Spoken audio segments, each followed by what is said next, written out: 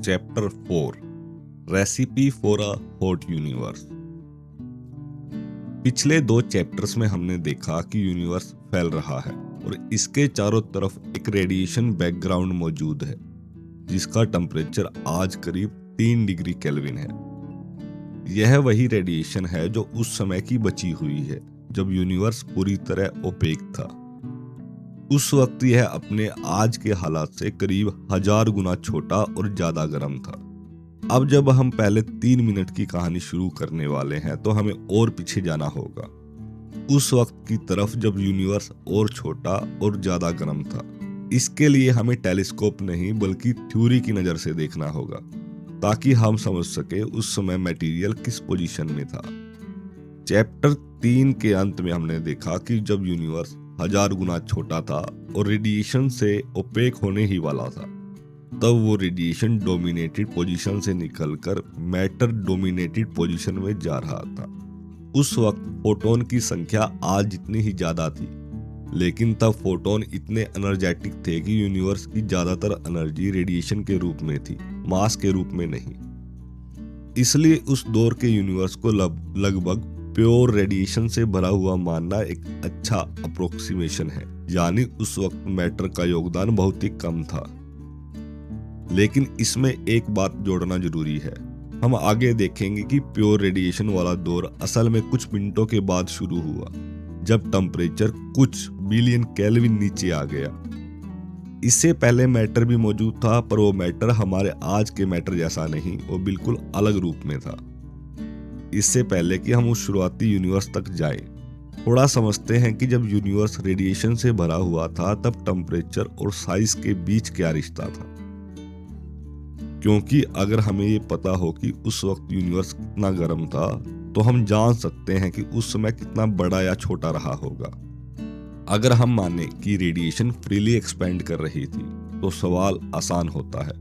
Universe के फैलने से हर फोटोन की वेवलेंथ बढ़ती जाती है, और हमने पिछले चैप्टर में देखा कि ब्लैक बॉडी रेडिएशन की एवरेज वेवलेंथ और टेम्परेचर इनवर्सली प्रोपोर्शनल होते हैं। तो इसका मतलब हुआ जैसे जैसे यूनिवर्स फैलता गया उसका टेम्परेचर उसी प्रोपोर्शन में कम होता गया। यह चीजें आज भी हो रही है। लेकिन असली बात यह है कि उस दौर में फोटॉन्स फ्रीली एक्सपैंड नहीं कर रहे थे, क्योंकि फोटॉन्स बार बार इलेक्ट्रॉन और न्यूक्लियाई से टकरा रहे थे, जिससे यूनिवर्स पूरी तरह ओपेक बना हुआ था। फिर भी टेम्परेचर का वही सिंपल रिलेशन बना रहा, क्योंकि फोटोन और मैटर बार बार इंटरेक्ट करते रहते थे। इस वजह से मैटर का टेम्परेचर हमेशा रेडिएशन के टेम्परेचर के इक्वल रहता था। फॉर एग्जाम्पल, जब यूनिवर्स आज की तुलना में 10,000 गुना छोटा था, तो उसका टेम्परेचर भी उतना ही गुना ज्यादा, यानी करीब 30,000 केल्विन रहा होगा। यह था असली रेडिएशन डोमिनेटेड टाइम। अब जब हम और पीछे जाते हैं तो एक ऐसा दौर आता है जब टेम्परेचर इतना ज्यादा था कि फोटोन आपस में टकराकर मैटर बना सकते थे। प्योर एनर्जी से पार्टिकल्स का जन्म हो रहा था। ये पार्टिकल उस शुरुआती कुछ मिनटों में रेडिएशन जितने ही जरूरी थे, क्योंकि उन्होंने न्यूक्लियर रिएक्शन की स्पीड और यूनिवर्स के फैलने की रेट दोनों पर असर डाला। इसलिए हमें यह जानना होगा उस वक्त यूनिवर्स को कितना गर्म होना पड़ा ताकि वो बड़ी अमाउंट में पार्टिकल बना सके, और कितने पार्टिकल बने। अब मैटर बनने का ये प्रोसेस समझा जा सकता है क्वांटम थ्योरी की नजर से।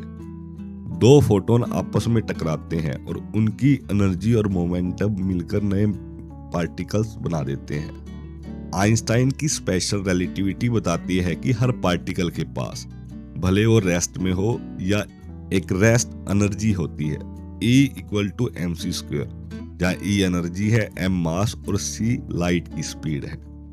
यही वो एनर्जी है जो न्यूक्लियर रिएक्शन में निकलती है जब कुछ मास एनर्जी में बदल जाता है। तो फोटोन से 2 पार्टिकल बनने के लिए हर फोटोन की एनर्जी कम से कम mc² होनी चाहिए। अगर फोटोन की एनर्जी इससे ज्यादा होगी तो वो एक्स्ट्रा एनर्जी पार्टिकल्स को और स्पीड देगी। लेकिन अगर फोटोन की एनर्जी mc² से कम है तो वो पार्टिकल बना ही नहीं सकता, क्योंकि मास बनाने के लिए एनर्जी कम पड़ जाएगी। अब अगर हमें यह समझना है रेडिएशन से मैटर कितनी आसानी से बन सकता था। तो सबसे पहले यह जानना जरूरी है कि उस समय फोटॉन्स की एवरेज एनर्जी कितनी थी। इसे निकालने का भी एक बहुत सिंपल तरीका है।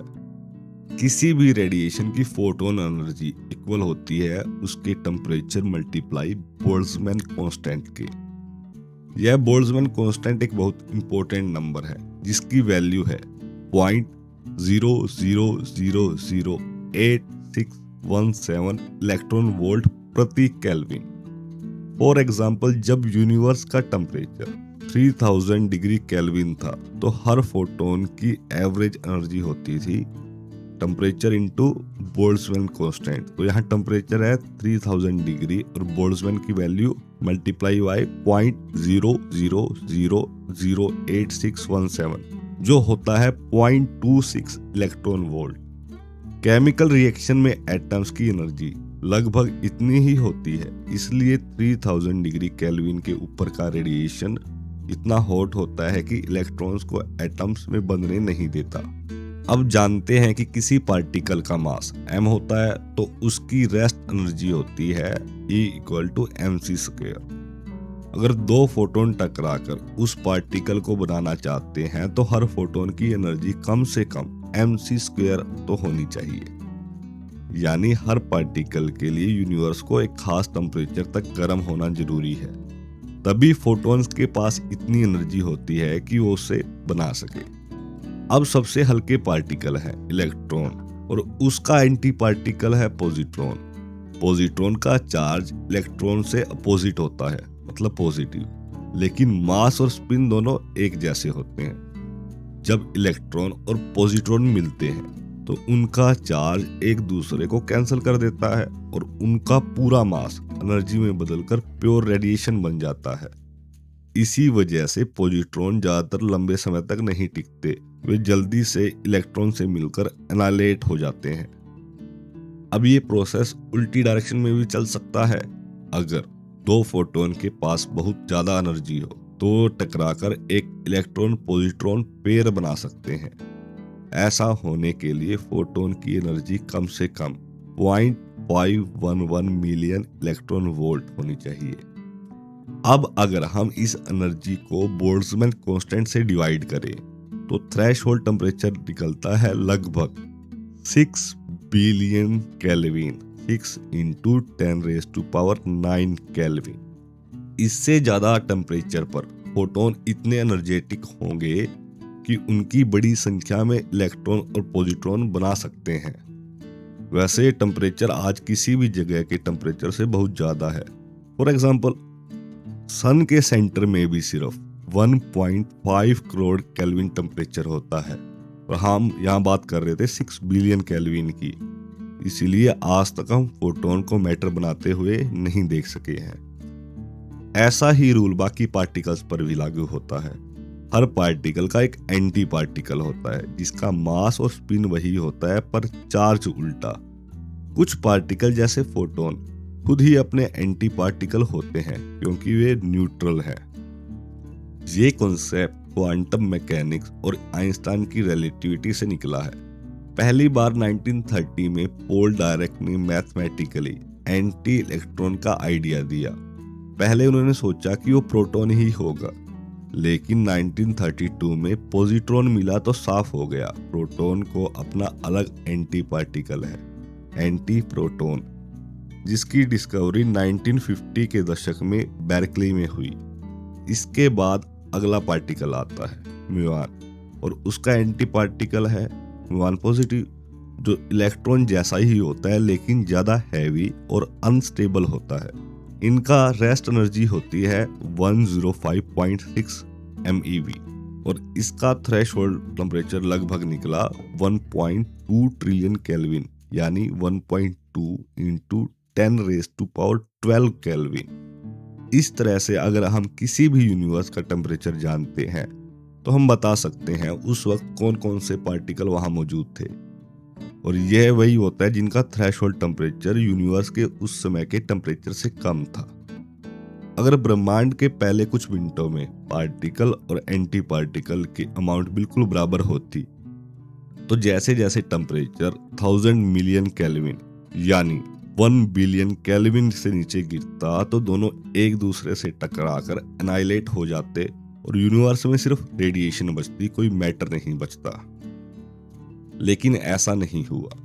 इसका सबसे बड़ा सबूत खुद हम हैं। मतलब ये है कि शुरू में मैटर की मात्रा एंटी मैटर से थोड़ी ज्यादा थी।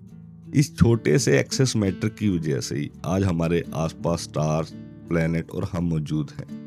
अब तक हमने इस थोड़े से एक्स्ट्रा मैटर को इग्नोर किया था, क्योंकि जब हम सिर्फ एनर्जी डेंसिटी या यूनिवर्स की एक्सपेंशन रेट की बात करते हैं तो ये छोटी मात्रा कोई बड़ा फर्क नहीं डालती। लेकिन यही छोटा बचा हुआ मैटर आज पूरे यूनिवर्स की पहचान है। इसी से प्लेनेट, स्टार, रॉक्स और हम सब बने हैं।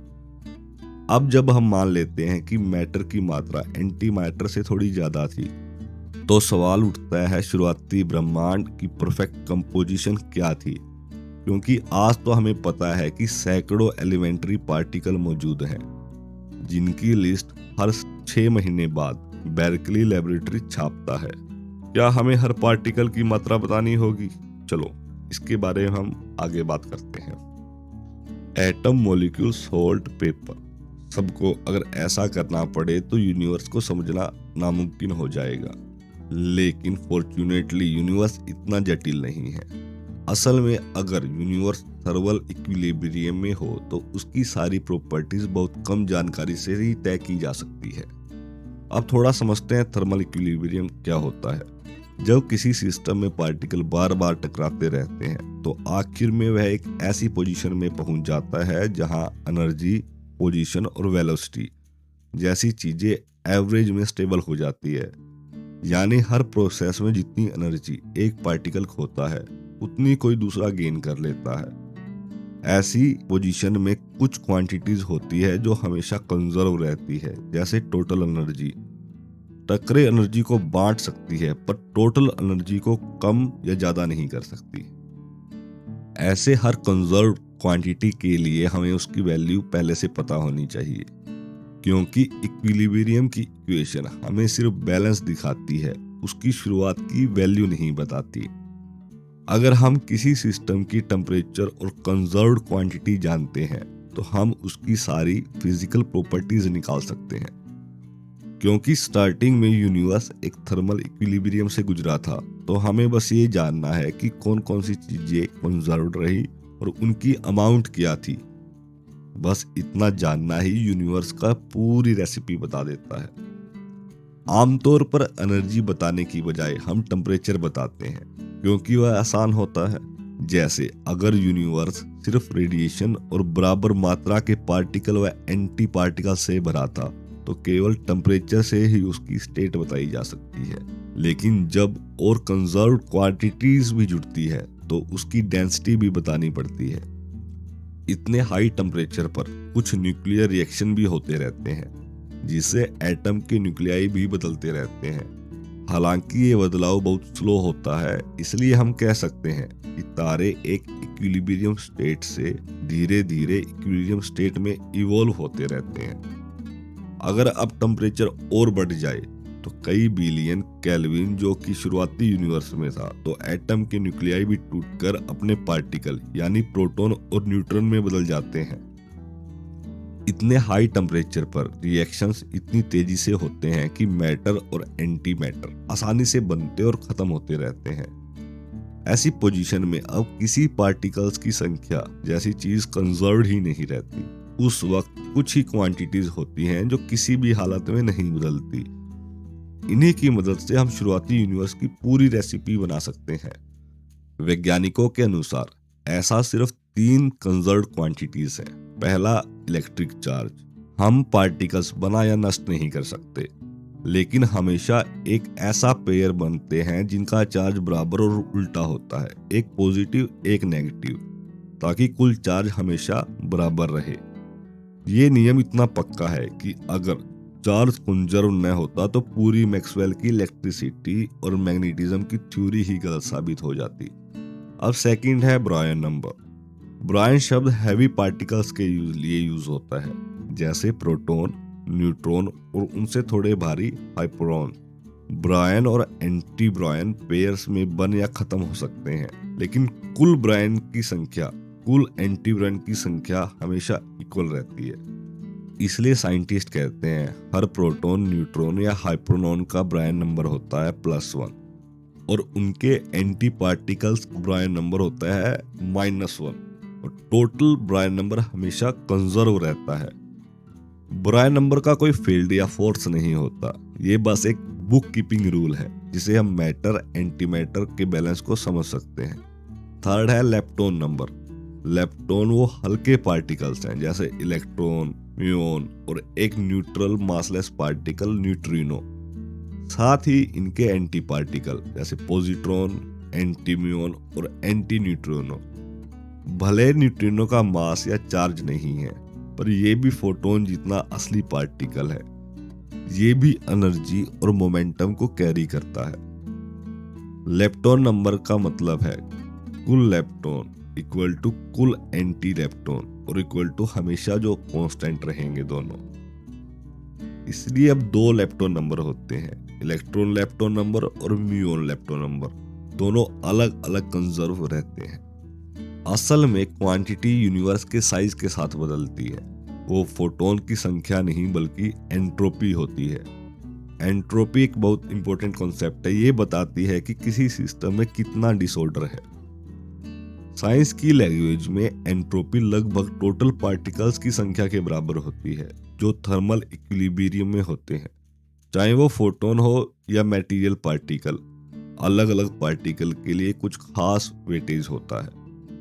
इसीलिए असल में यूनिवर्स को समझने के लिए हमें रेशियो जैसे charge to entropy, baryon number to entropy और लेप्टॉन नंबर टू एंट्रोपी जैसे कांस्टेंट का इस्तेमाल करना चाहिए। लेकिन प्रैक्टिकली देखा जाए तो हाई टेम्परेचर पर मटेरियल पार्टिकल की संख्या फोटोन के आसपास ही रहती है। इसीलिए फोटोन के नंबर्स को बेस मानकर चलना कोई बड़ी गलती नहीं है। अब कॉस्मिक चार्ज को फोटोन के हिसाब से देखें तो जितना हम जानते हैं यूनिवर्स में एवरेज इलेक्ट्रिक चार्ज 0 है। अगर जरा सा भी डिफरेंस होता, मान लो अर्थ और सन में पॉजिटिव चार्ज नेगेटिव चार्ज से सिर्फ 1 पार्ट इन 10⁻33 यानी 1 के बाद 36 जीरो, इसी का डिफरेंस होता तो उनकी इलेक्ट्रिकल रिपल्शन ग्रेविटेशनल अट्रैक्शन से ज्यादा होती। अगर यूनिवर्स फाइनाइट है तो हम कह सकते हैं उसका टोटल चार्ज 0 ही होना चाहिए, वरना इलेक्ट्रिक फील्ड कभी खत्म नहीं होती और इनफिनाइट हो जाती। इसलिए हम कह सकते हैं यूनिवर्स का टोटल चार्ज पर फोटोन लगभग 0 है। ब्रायन नंबर सिर्फ फोटोन की तुलना में 1 अरबवां हिस्सा है, यानी 1 इन 10⁻⁹। तो इसका मतलब है न्यूक्लियर पार्टिकल की अमाउंट एंटी पार्टिकल से सिर्फ 1 पार्ट इन अ बिलियन ज्यादा थी। यानी जब यूनिवर्स ठंडा हुआ, पार्टिकल एंटी पार्टिकल पेयर खत्म हुए, तो जो थोड़ा सा एक्स्ट्रा मैटर बच गया वही आगे चलकर स्टार्स, प्लैनेट और हम सब बने। कुछ साइंटिस्ट को यह बात बहुत अजीब लगी, इतना छोटा रेशो 1 इन अ बिलियन। तो कुछ ने कहा कि शायद ये डिफरेंस 0 ही है, यानी मैटर और एंटी मैटर इक्वल अमाउंट में थे। ऐसे में यूनिवर्स को इमेजिन किया गया कि उसमें कुछ जगह मैटर ज्यादा थे और कुछ जगह एंटी मैटर ज्यादा। फिर जब टेम्परेचर गिरा तो दोनों ने एक दूसरे को एनाइलेट किया और हर जगह अलग अलग मैटर जोन्स और एंटी मैटर जोन बच गए। लेकिन प्रॉब्लम यह है कि आज तक कहीं भी एंटी मैटर का कोई बड़ा रीजन नहीं मिला। हमारे पास आने वाले कॉस्मिक रेस ऑलमोस्ट सारे मैटर के ही होते हैं, एंटी प्रोटॉन या एंटी न्यूक्लियस कभी देखे ही नहीं गए। अगर यूनिवर्स में एंटी मैटर होता तो मैटर एंटी मैटर कोलिजन के बहुत सारे फोटोन निकल जिन्हें हम डिटेक्ट कर लेते, पर ऐसा कभी कुछ नहीं मिला। कुछ लोगों ने ये सोचा कि शायद फोटोन की संख्या टाइम के साथ बढ़ी, यानी जब यूनिवर्स फैला तो कुछ प्रोसेस से एक्स्ट्रा फोटोन बन गए। अगर ऐसा हुआ होता तो ब्रायन नंबर तो वही रहता, लेकिन प्रति फोटोन रेशो घटकर जैसा आज छोटा हो जाता। पर ऐसे फोटोन्स बढ़ने का कोई कन्विंसिंग मैकेनिज्म आज तक नहीं मिला है। इसीलिए आगे की डिस्कशन में हम बस यही मानेंगे कि ब्रायन नंबर पर फोटोन लगभग 1 इन अ बिलियन है। अब बचा लेप्टॉन नंबर। क्योंकि यूनिवर्स का टोटल इलेक्ट्रिकल चार्ज 0 है, इसका मतलब हर फोटोन के साथ एक इलेक्ट्रॉन मौजूद है। यूनिवर्स के लगभग 87% न्यूक्लियर पार्टिकल प्रोटॉन्स है, इसीलिए इलेक्ट्रॉन की संख्या भी लगभग ब्रायन के बराबर ही है। अगर इलेक्ट्रॉन ही एक मात्र लेप्टॉन होते तो लेप्टॉन नंबर पर फोटोन भी ब्रायन नंबर पर फोटोन जितना ही होता। अनफॉर्चुनेटली न्यूट्रॉन के बारे में सही जानकारी हासिल करना बहुत मुश्किल है। न्यूट्रिनो कुछ हद तक इलेक्ट्रॉन जैसा होता है, यानी वो स्ट्रॉन्ग न्यूक्लियर फोर्स महसूस नहीं करता जो प्रोटॉन और न्यूट्रॉन्स को एटम के अंदर एक साथ बांध कर रखती है। लेकिन इलेक्ट्रॉन के उलट न्यूट्रिनो इलेक्ट्रिक चार्ज नहीं रखता, इसलिए इलेक्ट्रिक या मैग्नेटिक फोर्सेस से भी असर में नहीं आता।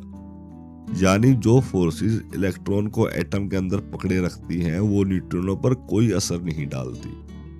असल में न्यूट्रिनो लगभग किसी भी फोर्स से इफेक्ट नहीं होता, वो सिर्फ दो चीजों से थोड़ा बहुत असर लेता है, ग्रेविटी से और दूसरा वीक फोर्स जो रेडियो एक्टिव प्रोसेस में काम आती है। लेकिन ये दोनों फोर्सेस न्यूट्रिनो पर बहुत ही हल्का असर डालती है। यहाँ एक मजेदार कंपैरिजन समझो, अगर हमें किसी रेडियो एक्टिव सोर्स से निकले न्यूट्रिनो को रोकना हो तो हमें उसके रास्ते में कई लाइट ईयर मोटी लीड की दीवार रखनी पड़ेगी। मतलब न्यूट्रिनो को रोकना लगभग नामुमकिन है। सन लगातार न्यूट्रिनो निकालता है जो तब बनते हैं जब उसके अंदर प्रोटॉन्स न्यूट्रॉन्स में बदलते हैं।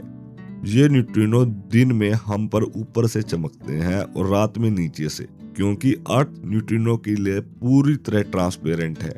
वो इसे ऐसे पार करते हैं जैसे बीच में कुछ है ही नहीं।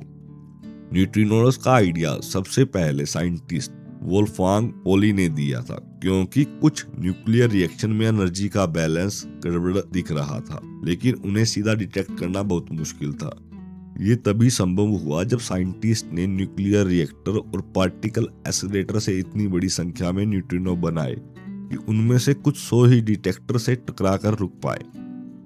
अब सोचो, अगर न्यूट्रिनो इतनी मुश्किल से पकड़ा जाता है तो यूनिवर्स में इसके अरबों खरबों न्यूट्रिनोज और एंटी न्यूट्रिनोज हमारे चारों तरफ हो सकते हैं और हमें उनका कोई अंदाजा ही नहीं होगा। वैज्ञानिक सिर्फ इतना कह सकते हैं, अगर न्यूट्रिनोज बहुत ज्यादा होते तो कुछ रेडियो एक्टिव डिके की दरें बदल जाती या यूनिवर्स का एक्सपेंशन थोड़ा स्लो हो जाता, लेकिन ऐसा नहीं दिखता। इसलिए इतना तो पक्का नहीं कहा जा सकता न्यूट्रिनोज की संख्या प्रोटॉन से ज्यादा है, पर लगभग बराबर भी हो सकती है। फिर भी कॉस्मोलॉजिस्ट आमतौर पर मानते हैं कि लेप्टॉन नंबर पर फोटोन बहुत छोटा है, यानी इलेक्ट्रॉन्स, म्यून्स और न्यूट्रिनो की गिनती में उसके एंटी पार्टिकल्स की तुलना में बस थोड़ा सा फर्क है। ये बस ज्यादातर एक अजम्पशन पर आधारित है, क्योंकि ब्रायन नंबर पर फोटोन बहुत छोटा है तो लेप्टॉन नंबर भी छोटा ही होगा।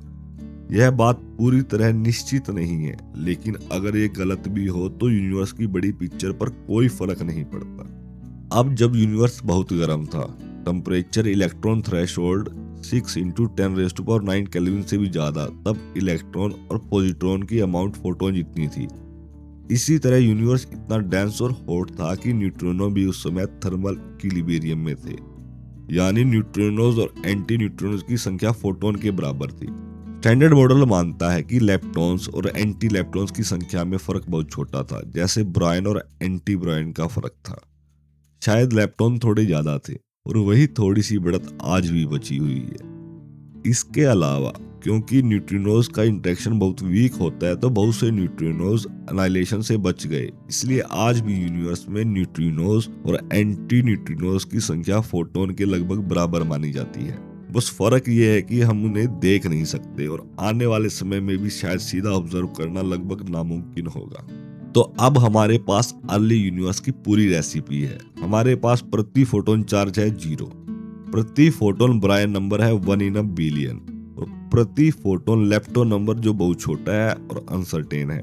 अब टेम्परेचर को ऐसे मानो, वो जितना आज 3 डिग्री केल्विन है उतना ही ज्यादा था जितना यूनिवर्स का साइज उस समय छोटा था, यानी साइज जितना कम हुआ टेम्परेचर इतना increase.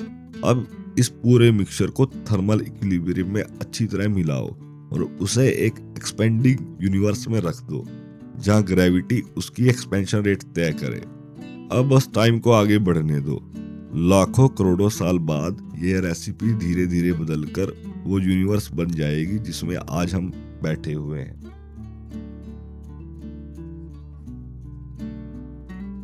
Chapter 5 the first 3 minutes. अब हम फाइनली तैयार हैं समझने के लिए यूनिवर्स के पहले 3 मिनट्स में क्या हुआ था।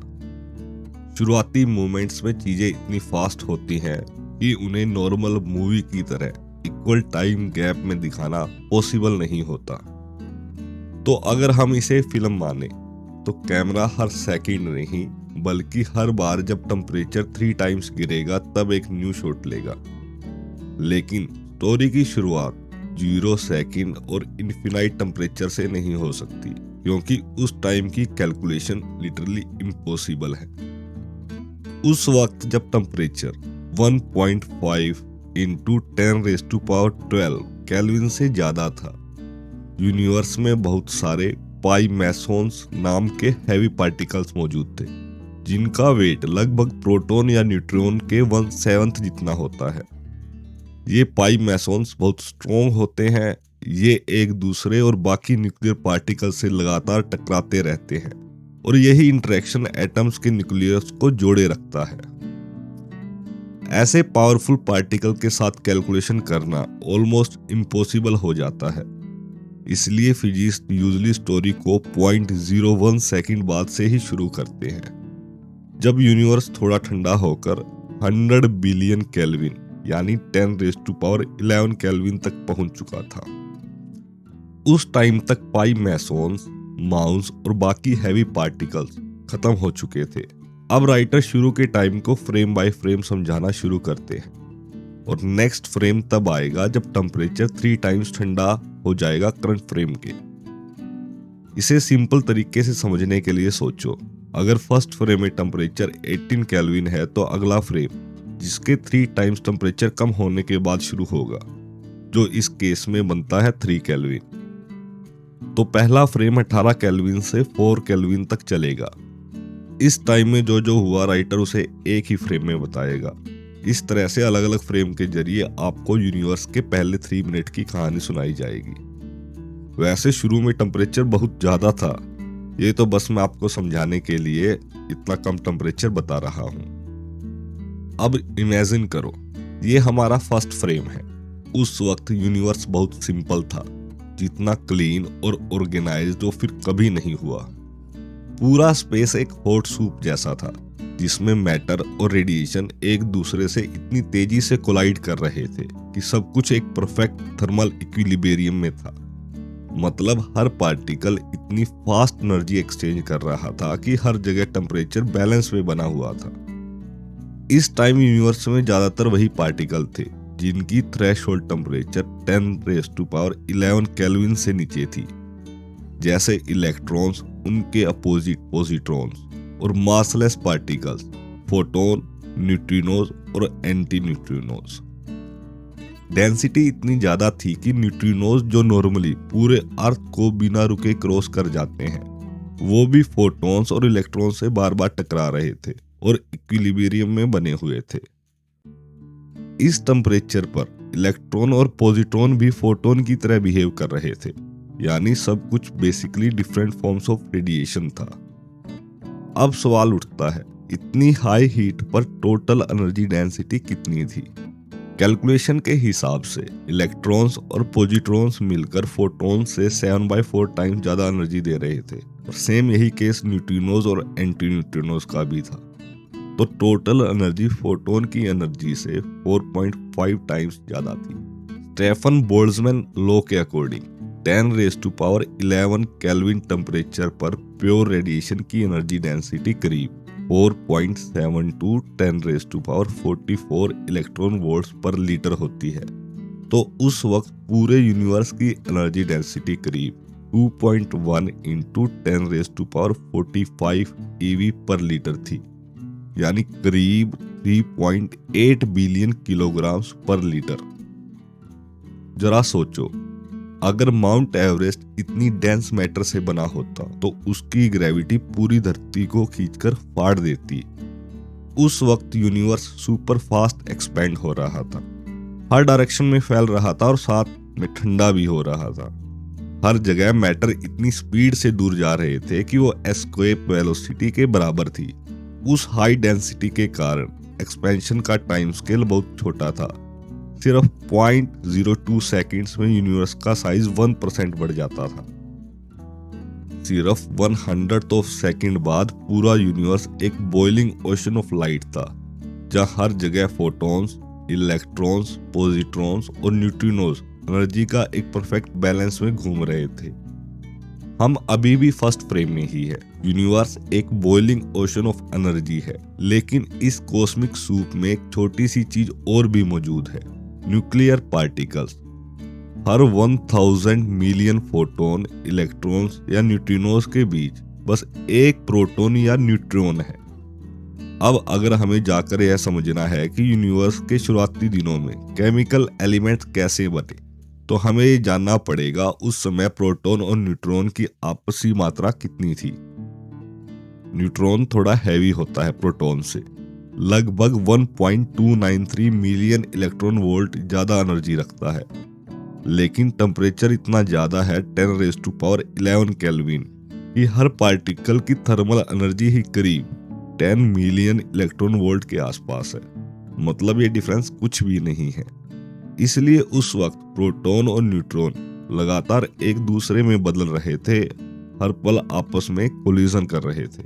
उस टाइम सबसे इंपॉर्टेंट रिएक्शन थे antineutrinos plus proton is equal to positron plus neutron और ये वाइस वर्सा। साथ में neutrino plus neutron is equal to electron plus proton और वाइस वर्सा। अब क्योंकि उस वक्त यूनिवर्स में इलेक्ट्रॉन और पॉजिट्रॉन, न्यूट्रिनोज और एंटी न्यूट्रिनोज लगभग बराबर थे, इसलिए दोनों डायरेक्शन की रिएक्शन इक्वल फास्ट हो रही थी। मतलब प्रोटॉन बन भी रहे थे, न्यूट्रॉन भी बन रहे थे और टोटल रेशो ऑलमोस्ट इक्वल था। वैसे न्यूट्रॉन का रेडियो एक्टिव डिके उस वक्त मैटर नहीं करता था, क्योंकि वो प्रोसेस 15 मिनट में होता है और हम अभी सिर्फ 0.01 सेकंड की दुनिया में ही है। इस टाइम तक कोई भी पार्टिकल किसी न्यूक्लियस में बंधा नहीं था, क्योंकि टेम्परेचर बहुत ज्यादा था। एक न्यूक्लियस को तोड़ने के लिए 6 से 8 मिलियन इलेक्ट्रॉन वोल्ट चाहिए और यहाँ हर पार्टिकल की एनर्जी उससे कहीं ज्यादा थी। इसलिए जो भी न्यूक्लियस बनता वो तुरंत टूट जाता। अब सवाल आता है, इतने अर्ली टाइम में यूनिवर्स साइज का कितना था? सच कहूं तो हमें पता नहीं और शायद इस सवाल का मतलब ही नहीं बनता। अगर यूनिवर्स आज इन्फिनाइट है तो उस वक्त भी इन्फिनाइट रहा होगा और हमेशा ही रहेगा। लेकिन कुछ फिजिसिस्ट मानते हैं यूनिवर्स एक्चुअली फाइनाइट हो सकता है, जिसकी टोटल सरकमफेरेंस करीब 125 बिलियन लाइट ईयर है। अब टेम्परेचर के हिसाब से देखें तो उस वक्त यूनिवर्स आज से 3 × 10 टाइम्स ज्यादा गर्म था, यानी उतना ही छोटा भी। इस हिसाब से उस वक्त यूनिवर्स की सरकमफेरेंस बस 4 लाइट ईयर के आसपास थी, मतलब अपने सोलर सिस्टम से भी छोटी कॉस्मिक बाउंड्री। चाहे यूनिवर्स इन्फिनाइट था या फिर कुछ लाइट ईयर चौड़ा, इससे हमारे एवोल्यूशन की कहानी पर कोई फर्क नहीं पड़ता। अब राइटर बताते हैं सेकंड फ्रेम के बारे में। अब टेम्परेचर गिर चुका है 30 बिलियन केल्विन, यानी 3 × 10⁻10 के तक, और टाइम बीत चुका है 0.11 सेकंड्स। लेकिन इंटरेस्टिंग बात यह है, यूनिवर्स की बेसिक कंपोजिशन अभी भी वही है। इलेक्ट्रॉन्स, पॉजिट्रॉन्स, फोटॉन, न्यूट्रिनोज और एंटी न्यूट्रिनोज सब परफेक्ट थर्मल इक्विलिब्रियम में है। एनर्जी डेंसिटी अब कम हो चुकी है, वो टेम्परेचर के 4th पावर के हिसाब से कम हो रही है और अभी भी ऑर्डिनरी वाटर की मास एनर्जी से करीब 30 मिलियन टाइम ज्यादा है। एक्सपेंशन रेट भी टेम्परेचर के स्क्वायर के साथ गिरती है। अब यूनिवर्स का एक्सपेंशन टाइम करीब 0.2 सेकंड्स हो गया है। लेकिन एक चेंज आया है, टेम्परेचर गिरने के साथ अब न्यूट्रॉन्स प्रोटॉन्स में बदलना ज्यादा आसान हो गया है, क्योंकि प्रोटॉन थोड़ा हल्का है, इसलिए अब बैलेंस में थोड़ा शिफ्ट हुआ है। लगभग 38% न्यूट्रॉन्स और 62% प्रोटॉन्स बच गए हैं। बस सोचो, 0.2 सेकंड्स बाद यूनिवर्स अभी भी प्योर लाइट और एनर्जी का तूफान है, लेकिन मैटर के पहले सीड्स यहीं से बोर्न हो गए थे। अब हम बात करते हैं थर्ड फ्रेम की। अब टेम्परेचर थोड़ा और गिर चुका है 10 बिलियन केल्विन, यानी 10⁻10 केल्विन तक। पहले फ्रेम से अब तक करीब 1.09 सेकंड्स बीत चुके हैं। अब यूनिवर्स थोड़ा स्लो हो रहा है, एनर्जी कम हो रही है, डेंसिटी घट रही है, और एक और इंटरेस्टिंग चीज भी हो रही है। न्यूट्रिनोज और एंटी न्यूट्रिनो जो पहले बाकी पार्टिकल्स के साथ कोलिजन में बिजी थे, अब धीरे धीरे आजाद होने लगे हैं। वो अब फोटॉन्स या इलेक्ट्रॉन के साथ थर्मल इक्विलिब्रियम में नहीं है, यानी अब वो बाकी मैटर से डिस्कनेक्ट हो गए हैं। अब से न्यूट्रिनोज किसी एक्टिव रिएक्शन में हिस्सा नहीं लेंगे, बस अपनी ग्रेविटेशनल एनर्जी से यूनिवर्स के बैलेंस को थोड़ा मेंटेन करते रहेंगे। ये प्रोसेस न्यूट्रिनो डीकपलिंग कहलाता है। पहले जब वो इक्विलिब्रियम में थे, उनकी वेवलेंथ टेम्परेचर के उल्टे प्रोपोर्शन में बढ़ती थी, और क्योंकि यूनिवर्स का साइज बढ़ रहा था तो वेवलेंथ भी साथ साथ स्ट्रेच होती जा रही थी। अब जब न्यूट्रिनोज कंप्लीटली फ्री हो गए हैं, तो वो बस एक्सपेंड होते यूनिवर्स के साथ क्वाइटली रेड शिफ्ट की तरफ जा रहे हैं, जैसे ancient echoes of the big bang. इसलिए एग्जैक्ट मोमेंट ऑफ डीकपलिंग इतना मैटर नहीं करता, क्योंकि रिजल्ट वही रहेगा। न्यूट्रिनोज अब बैकग्राउंड में फेड हो गए हैं। अब एनर्जी डेंसिटी पिछले फ्रेम से टेम्परेचर के 4th पावर के रेशो से घट चुकी है, और अब ये वाटर से 3,80,000 टाइम ज्यादा डेंस है। एक्सपेंशन टाइम अब बढ़कर करीब 2 सेकंड का हो गया है। टेम्परेचर अब इलेक्ट्रॉन और पॉजिट्रॉन के थ्रेशोल्ड से सिर्फ डबल है, इसलिए वो अब खत्म होने शुरू हो रहे हैं।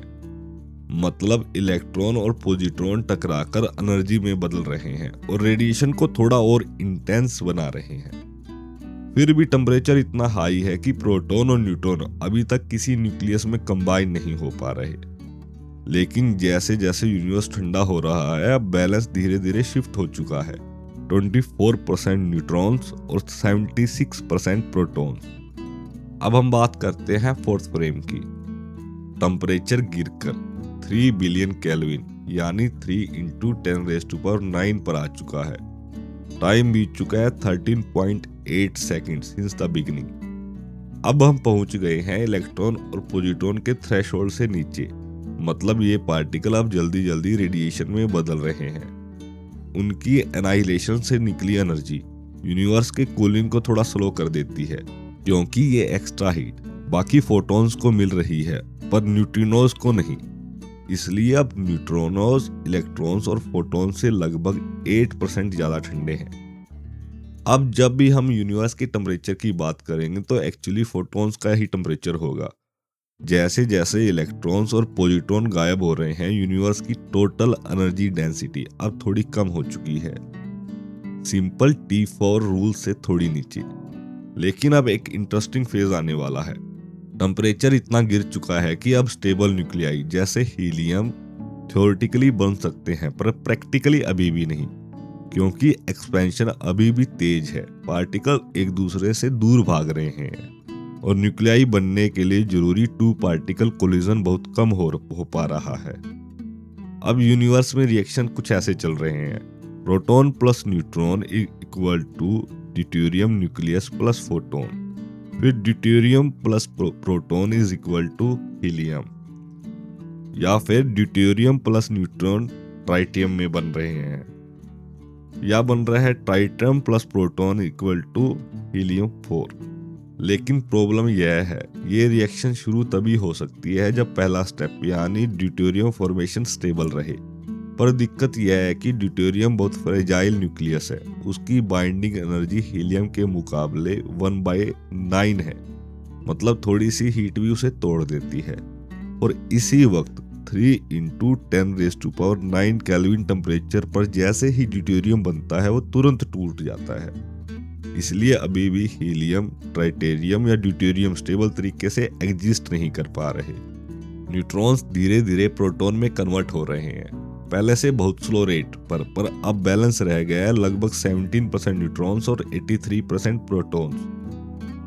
सोच के देखें, बेयरली 14 सेकंड हुए हैं बिग बैंग को, लेकिन यूनिवर्स पहले से 10,000 गुना बड़ा, लाखों गुना ठंडा और बिलियंस ऑफ रिएक्शन के बीच इवॉल्व हो रहा है। अब भी कोई एटम नहीं है, कोई लाइट एलिमेंट नहीं, सिर्फ केओस, एनर्जी और waiting for the next moment जब न्यूक्लियाई फाइनली फॉर्म होंगे। अब स्टार्ट होता है फिफ्थ फ्रेम, जब टेम्परेचर गिरकर आ चुका है 1 बिलियन केल्विन यानी 10⁹ केल्विन। अब ये सिर्फ 70 गुना ज्यादा गर्म है सन के कोर से। पहले फ्रेम से अब तक 3 मिनट और 2 सेकंड बीत चुके हैं। अब यूनिवर्स थोड़ा शांत हो गया है, इलेक्ट्रॉन्स और पॉजिट्रॉन लगभग गायब हो गए हैं। अब बची है बस 3 मुख्य चीजें, फोटॉन्स, न्यूट्रिनोज और एंटी न्यूट्रिनोज। जब इलेक्ट्रॉन्स और पॉजिट्रॉन एनालाइट हुए तो उनसे निकली एनर्जी से फोटोन को थोड़ा एक्स्ट्रा गर्म कर दिया। अब फोटोन का टेम्परेचर न्यूट्रिनो से 35% ज्यादा है। ये कॉस्मिक सूप अब प्योर लाइट और घोस्ट लाइक न्यूट्रिनो से भरा हुआ है। मैटर अभी भी बहुत रेयर है, लेकिन स्टोरी अब एक क्रूशियल मोड पर पहुंचने वाली है। यूनिवर्स इतना ठंडा हो गया है कि ट्राइटेनियम और हीलियम 3 और हीलियम 4 जैसे न्यूक्लियाई थ्योरेटिकली स्टेबल रह सकते हैं, लेकिन एक बड़ी रुकावट अभी भी है, जिसे फिजिसिस्ट कहते हैं ड्यूटेरियम बोटलनेक। मतलब ड्यूटेरियम न्यूक्लियस जो प्रोटॉन और न्यूट्रॉन से बना है, जैसे ही बनता है अपने आप टूट जाता है, क्योंकि अब भी टेम्परेचर इतना ज्यादा है कि वो फ्रेजाइल न्यूक्लियस टिक नहीं पाता। अब तक प्रोटॉन्स और न्यूट्रॉन्स इलेक्ट्रॉन और न्यूट्रिनो से हार्डली इंटरेक्ट कर रहे हैं। वो रिएक्शन लगभग बंद हो चुकी है, लेकिन अब एक नया प्रोसेस महत्वपूर्ण होने लगा है, न्यूट्रॉन डीके। हर 100 सेकंड में करीब 10% न्यूट्रॉन्स प्रोटॉन्स में बदल रहे हैं। अब न्यूट्रॉन प्रोटॉन रेशियो रह गया है 14 न्यूट्रॉन्स और 86 प्रोटॉन्स। कुछ ही पल बाद यूनिवर्स एक ड्रामेटिक टर्न लेता है, टेम्परेचर थोड़ा और गिरता है और फाइनली पहुंचता है उस क्रिटिकल पॉइंट पर जहां ड्यूटेरियम न्यूक्लियाई अब टिक सकते हैं। बस यहीं से शुरुआत होती है न्यूक्लियोसाइनेसिस की, यानी तत्वों की असली रचना। जैसे ही ड्यूटेरियम स्टेबल हुआ, पूरा चेन रिएक्शन शुरू हो गया। पार्टिकल तेजी से कोलाइड करने लगे और कुछ ही सेकंड में हाइड्रोजन, ड्यूटेरियम, हीलियम 3, ड्यूटेरियम और हीलियम 4 तेजी से बनने लगे। लेकिन कहानी यहीं खत्म नहीं होती, क्योंकि नेचर ने और भी बोटलनेक सेट कर रखे थे। कोई स्टेबल न्यूक्लियस 5 या 8 न्यूक्लियर पार्टिकल वाला नहीं, इसलिए heavier element like carbon, oxygen, iron अभी भी नहीं बन सकते थे। तो जो भी न्यूट्रॉन्स उस वक्त मौजूद थे वो लगभग हीलियम 4 न्यूक्लियाई में लॉक हो गए। अब टेम्परेचर गिर चुका था करीब 0.9 बिलियन केल्विन, 9 × 10⁸ केल्विन तक, और टाइम हो चुका था 3 मिनट्स 46 सेकंड। यही न्यूक्लियोथीसिस ऑफिशियली शुरू होती है, यानी वो पल जब यूनिवर्स ने पहली बार स्टेबल एलिमेंट बनाए। इस दौरान न्यूट्रॉन डीके ने रेशियो को थोड़ा और बदल दिया। अब 13% न्यूट्रॉन्स और 87% प्रोटॉन थे। जब सारे न्यूट्रॉन्स हीलियम में बाइंड हो गए तो फाइनल रिजल्ट आया, यूनिवर्स में लगभग 26% मास हीलियम का था, बाकी हाइड्रोजन का। अगर न्यूक्लियर पार्टिकल डेंसिटी थोड़ी ज्यादा होती तो हीलियम थोड़ा और बढ़ जाता, मैक्सिमम 28% तक, उससे ज्यादा नहीं। सिर्फ 4 मिनट के अंदर यूनिवर्स ने अपनी पहली बड़ी क्रिएशन पूरी कर ली थी। पहली बार एटम्स बने, पहली बार लाइट अलग हुई, पहली बार मैटर ने आइडेंटिटी पाई, और यही टर्निंग पॉइंट था जहां से कॉस्मिक हिस्ट्री सच में शुरू हुई। अब 6th फ्रेम था जब टेम्परेचर गिर चुका था लगभग 300 मिलियन केल्विन, 3 × 10⁸। टाइम था 34 minutes and 40 second since the beginning. अब यूनिवर्स पहले से कहीं ज्यादा शांत है। सभी इलेक्ट्रॉन और पॉजिट्रॉन लगभग गायब हो चुके हैं। सिर्फ वो टाइनी फ्रैक्शन बचा है, हर 1 बिलियन में बस एक इलेक्ट्रॉन, जो प्रोटॉन के चार्ज को बैलेंस करता है। इलेक्ट्रॉन पॉजिट्रॉन एनाइलेशन से जो एनर्जी निकलती है, उसने फोटोन को परमानेंटली 40% ज्यादा हॉट कर दिया है। अब फोटोन और न्यूट्रॉन्स का टेम्परेचर हमेशा के लिए अलग हो चुका है। फोटोन जरा तेज और न्यूट्रॉन जरा ठंडे। अब यूनिवर्स की टोटल एनर्जी डेंसिटी पानी की डेंसिटी के 10% के बराबर है, जिसे 69% फोटॉन्स में है और 31% न्यूट्रिनोज में। एक्सपेंशन काफी धीमा हो चुका है। कैरेक्टरिस्टिक एक्सपेंशन टाइम है लगभग 1.25 आवर्स। अब न्यूक्लियर रिएक्शन थम चुके हैं। यूनिवर्स के ज्यादातर न्यूक्लियर पार्टिकल या तो हीलियम न्यूक्लियाई में बाउंड है या फिर फ्री प्रोटॉन।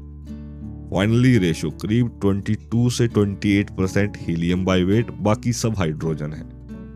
हर प्रोटॉन के साथ एक इलेक्ट्रॉन है, पर अभी भी यूनिवर्स इतना गर्म है कि एटम्स नहीं बन सकते। इलेक्ट्रॉन न्यूक्लियाई से जुड़ते ही फिर अलग हो जाते हैं।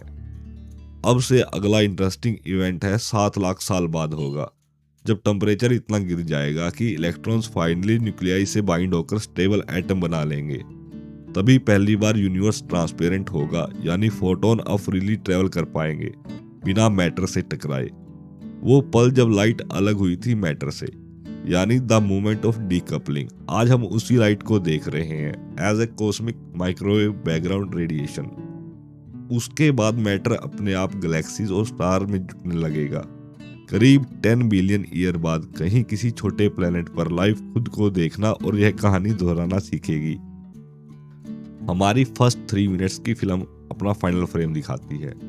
3 मिनट बस इतने से वक्त में यूनिवर्स ने अपने भीतर से सारे मैटर, सारे एटम्स और हर वो चीज बनाई जिससे आज हम और स्टार्स बने हैं। और इस कहानी की सबसे बड़ी जीत वो हीलियम, जो इन शुरुआती मिनटों में बना था, आज भी हर स्टार्स, सन और हर सांस में मौजूद है। साइंटिस्ट जैसे पेबल्स, वेगनर, होवलर और होयल ने 1960s में जब कैलकुलेशन की तो उन्होंने एग्जैक्टली यही पाया कि स्टार शुरू हुए थे हाइड्रोजन और 25% हीलियम के मिक्स से। उनके रिजल्ट ने बिग बैंग थ्योरी को एक पक्का साइंटिफिक फाउंडेशन दे दिया। आज भी टेलीस्कोप जब डीप स्पेस देखते हैं तो हीलियम की वही प्रोपोर्शन हर जगह एक जैसी मिलती है। यानी ये हीलियम किसी स्टार ने नहीं बनाए, बल्कि बिग बैंग के फर्स्ट 3 मिनट में ही बना था। अब कहानी उस मोड़ पर है जहां कॉस्मिक हिस्ट्री एविडेंस में बदलती है, क्योंकि अब सवाल ये है कि अगर हम प्राइमोर्डियल ड्यूटेरियम यानी हैवी हाइड्रोजन जो बिग बैंग के बाद बना था, उसकी सटीक मात्रा जान ले तो हम पूरे यूनिवर्स की डेंसिटी, उसका फ्यूचर ओपन या क्लोज दोनों बता सकते हैं। ड्यूटेरियम थोड़ा खास है, हाइड्रोजन का ही रूप पर एक एक्स्ट्रा न्यूट्रॉन के साथ। अगर हमें पता चल जाए कि शुरुआती यूनिवर्स में ड्यूटेरियम कितना था तो हम जान सकते हैं photon to nuclear particle ratio कितना था। क्योंकि आज cosmic microwave background 3 degree kelvin पर दिखता है, उस रेशो से हम सटीक कैलकुलेशन कर सकते हैं कि अब यूनिवर्स की मास डेंसिटी कितनी होगी और क्या गैलेक्सीज की स्पीड उन्हें हमेशा के लिए दूर ले जाएगी या वो कभी वापस गिरेंगी। लेकिन दिक्कत यह है, सच में प्राइमोर्डियल ड्यूटेरियम मापना बहुत मुश्किल है। धरती पर पानी में ड्यूटेरियम की मात्रा 150 पार्ट्स पर मिलियन है, यानी हर 10 लाख हाइड्रोजन एटम्स में सिर्फ 150 हैवी हाइड्रोजन होते हैं। पर यह आंकड़ा शायद बायस्ड है, क्योंकि ड्यूटेरियम एटम्स भारी होते हैं, इसलिए वो ज्यादा आसानी से मॉलिक्यूल में बंध जाते हैं और एस्केप नहीं कर पाते, इसलिए धरती में थोड़ा ज्यादा दिखता है। दूसरी तरफ सूरज की सतह पर ड्यूटेरियम की मात्रा सिर्फ 4 पार्ट पर मिलियन से भी कम है, क्योंकि वहां टेम्परेचर इतना ज्यादा है कि ड्यूटेरियम तुरंत फ्यूज होकर हीलियम में बदल जाता है। साल 1973 में आर्टिफिशियल सैटेलाइट कोपरनिकस ने इस मिस्ट्री में पहली बार अपनी रोशनी डाली। उसके अल्ट्रावायलेट स्पेक्ट्रोमीटर ने हॉटस्टार बी सेंचुरी की लाइट में हाइड्रोजन और ड्यूटेरियम के अलग अलग ऑब्जर्वेशन लाइन डिटेक्ट की। इनकी ब्राइटनेस कंपेयर करने पर पता चला इंटरस्टेलर स्पेस में करीब 20 पार्ट्स पर मिलियन ड्यूटेरियम मौजूद है। बाद में दूसरे स्टार की स्टडी ने भी यह संख्या कंफर्म की। अब अगर ये 20 ppm सच में प्राइमोर्डियल यानी कॉस्मोलॉजिकल ओरिजिन का हो, तो इसका मतलब होगा कि हर न्यूक्लियर पार्टिकल के लिए लगभग 1100 मिलियन फोटॉन्स है। 3 डिग्री केल्विन पर फोटोन की डेंसिटी है 5,50,000 पर लीटर, तो न्यूक्लियर पार्टिकल होंगे बस 500 पर मिलियन लीटर्स।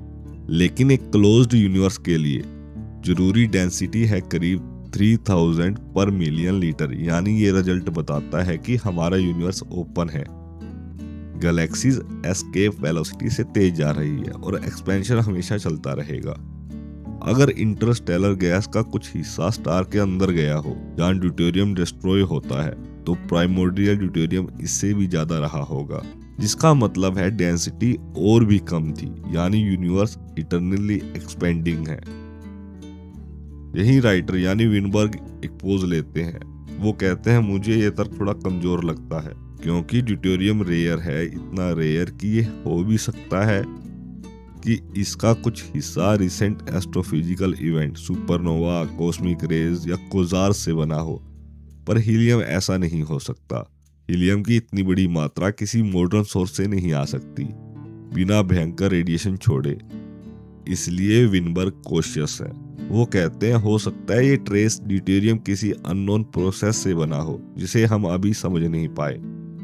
और फिर वो बात करते हैं एक को रिलाई की, एक ऐसा अवशेष जो हर जगह है फिर भी हम उसे देख नहीं सकते, वो है न्यूट्रिनोज। हमने तीसरे फ्रेम में देखा जब टेम्परेचर 10 बिलियन केल्विन से नीचे आया तो न्यूट्रिनोज फ्री हो गए, यूनिवर्स के साथ एक्सपेंड होते बस शांत और अदृश्य।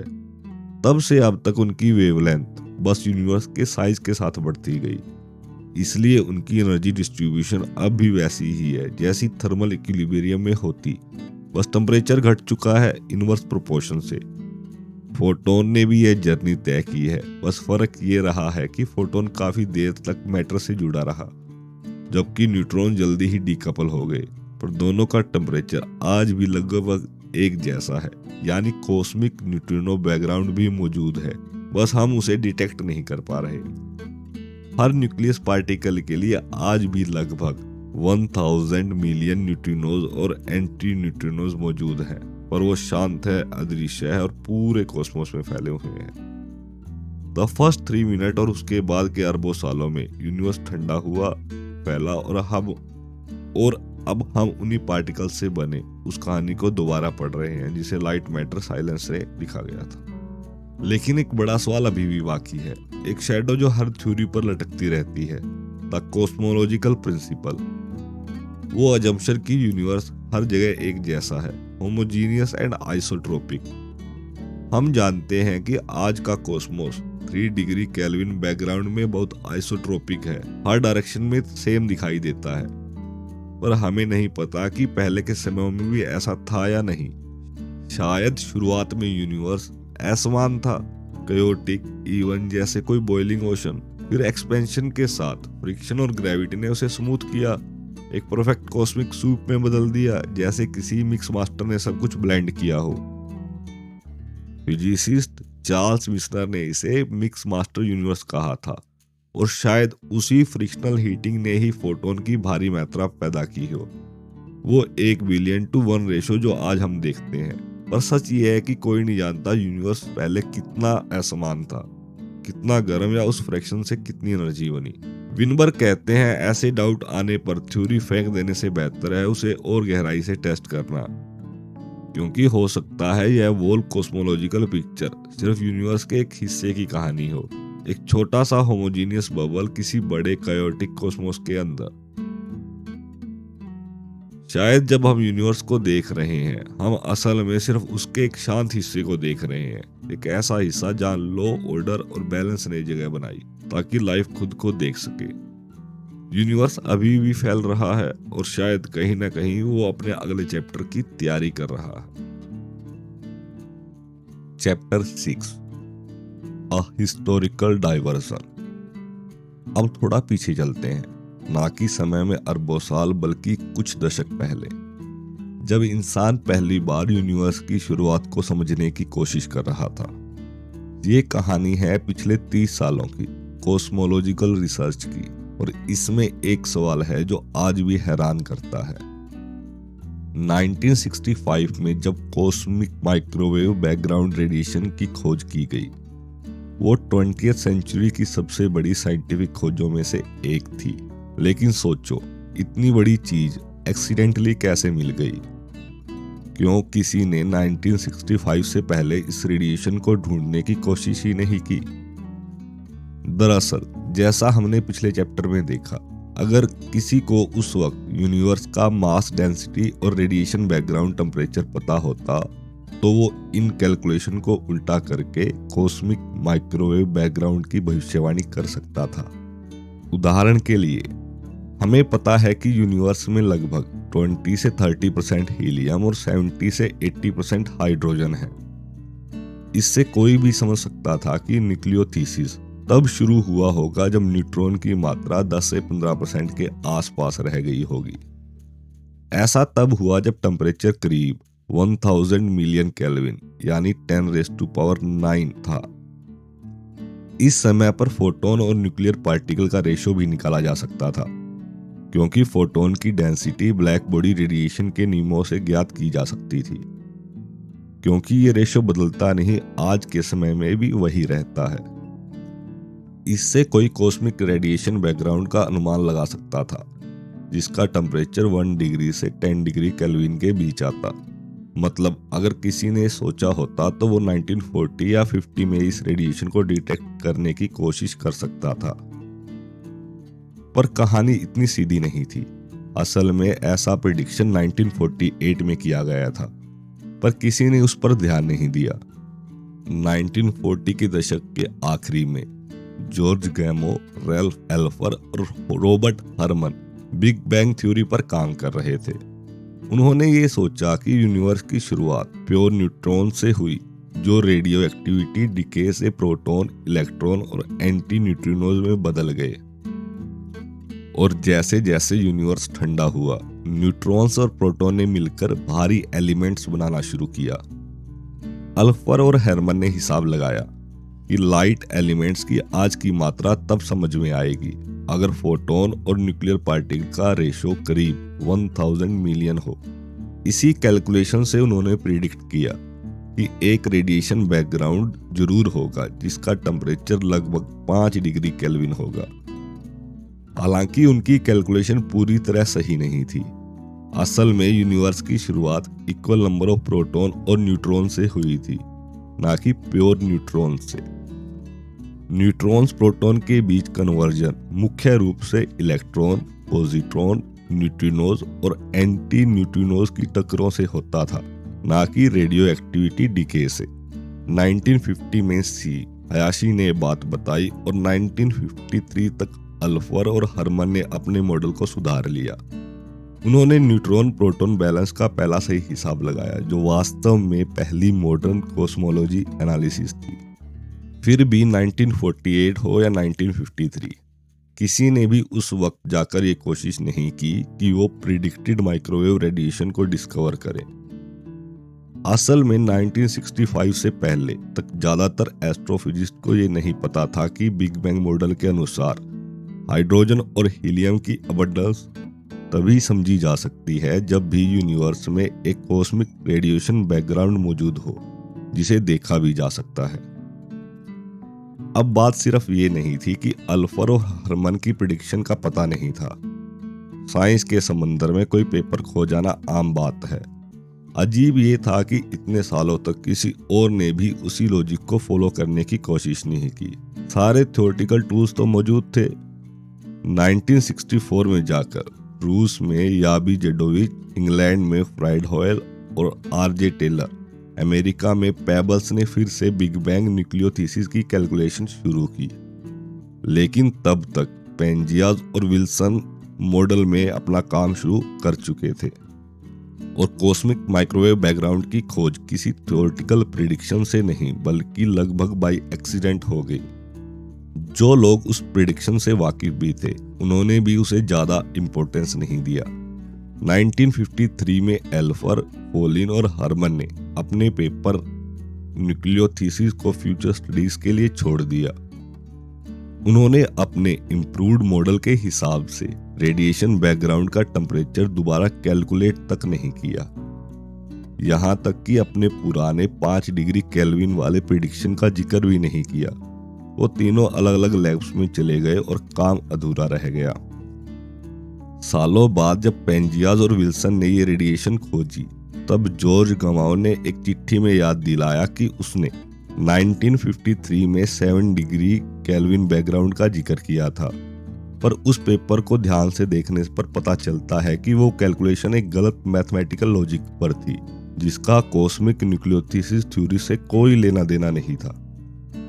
अब कुछ लोग ये कह सकते हैं कि 1950 और अर्ली 60s में लाइट एलिमेंट की कॉस्मिक अबंडेंस इतनी साफ नहीं थी कि रेडिएशन बैकग्राउंड का टेम्परेचर निकाला जा सके।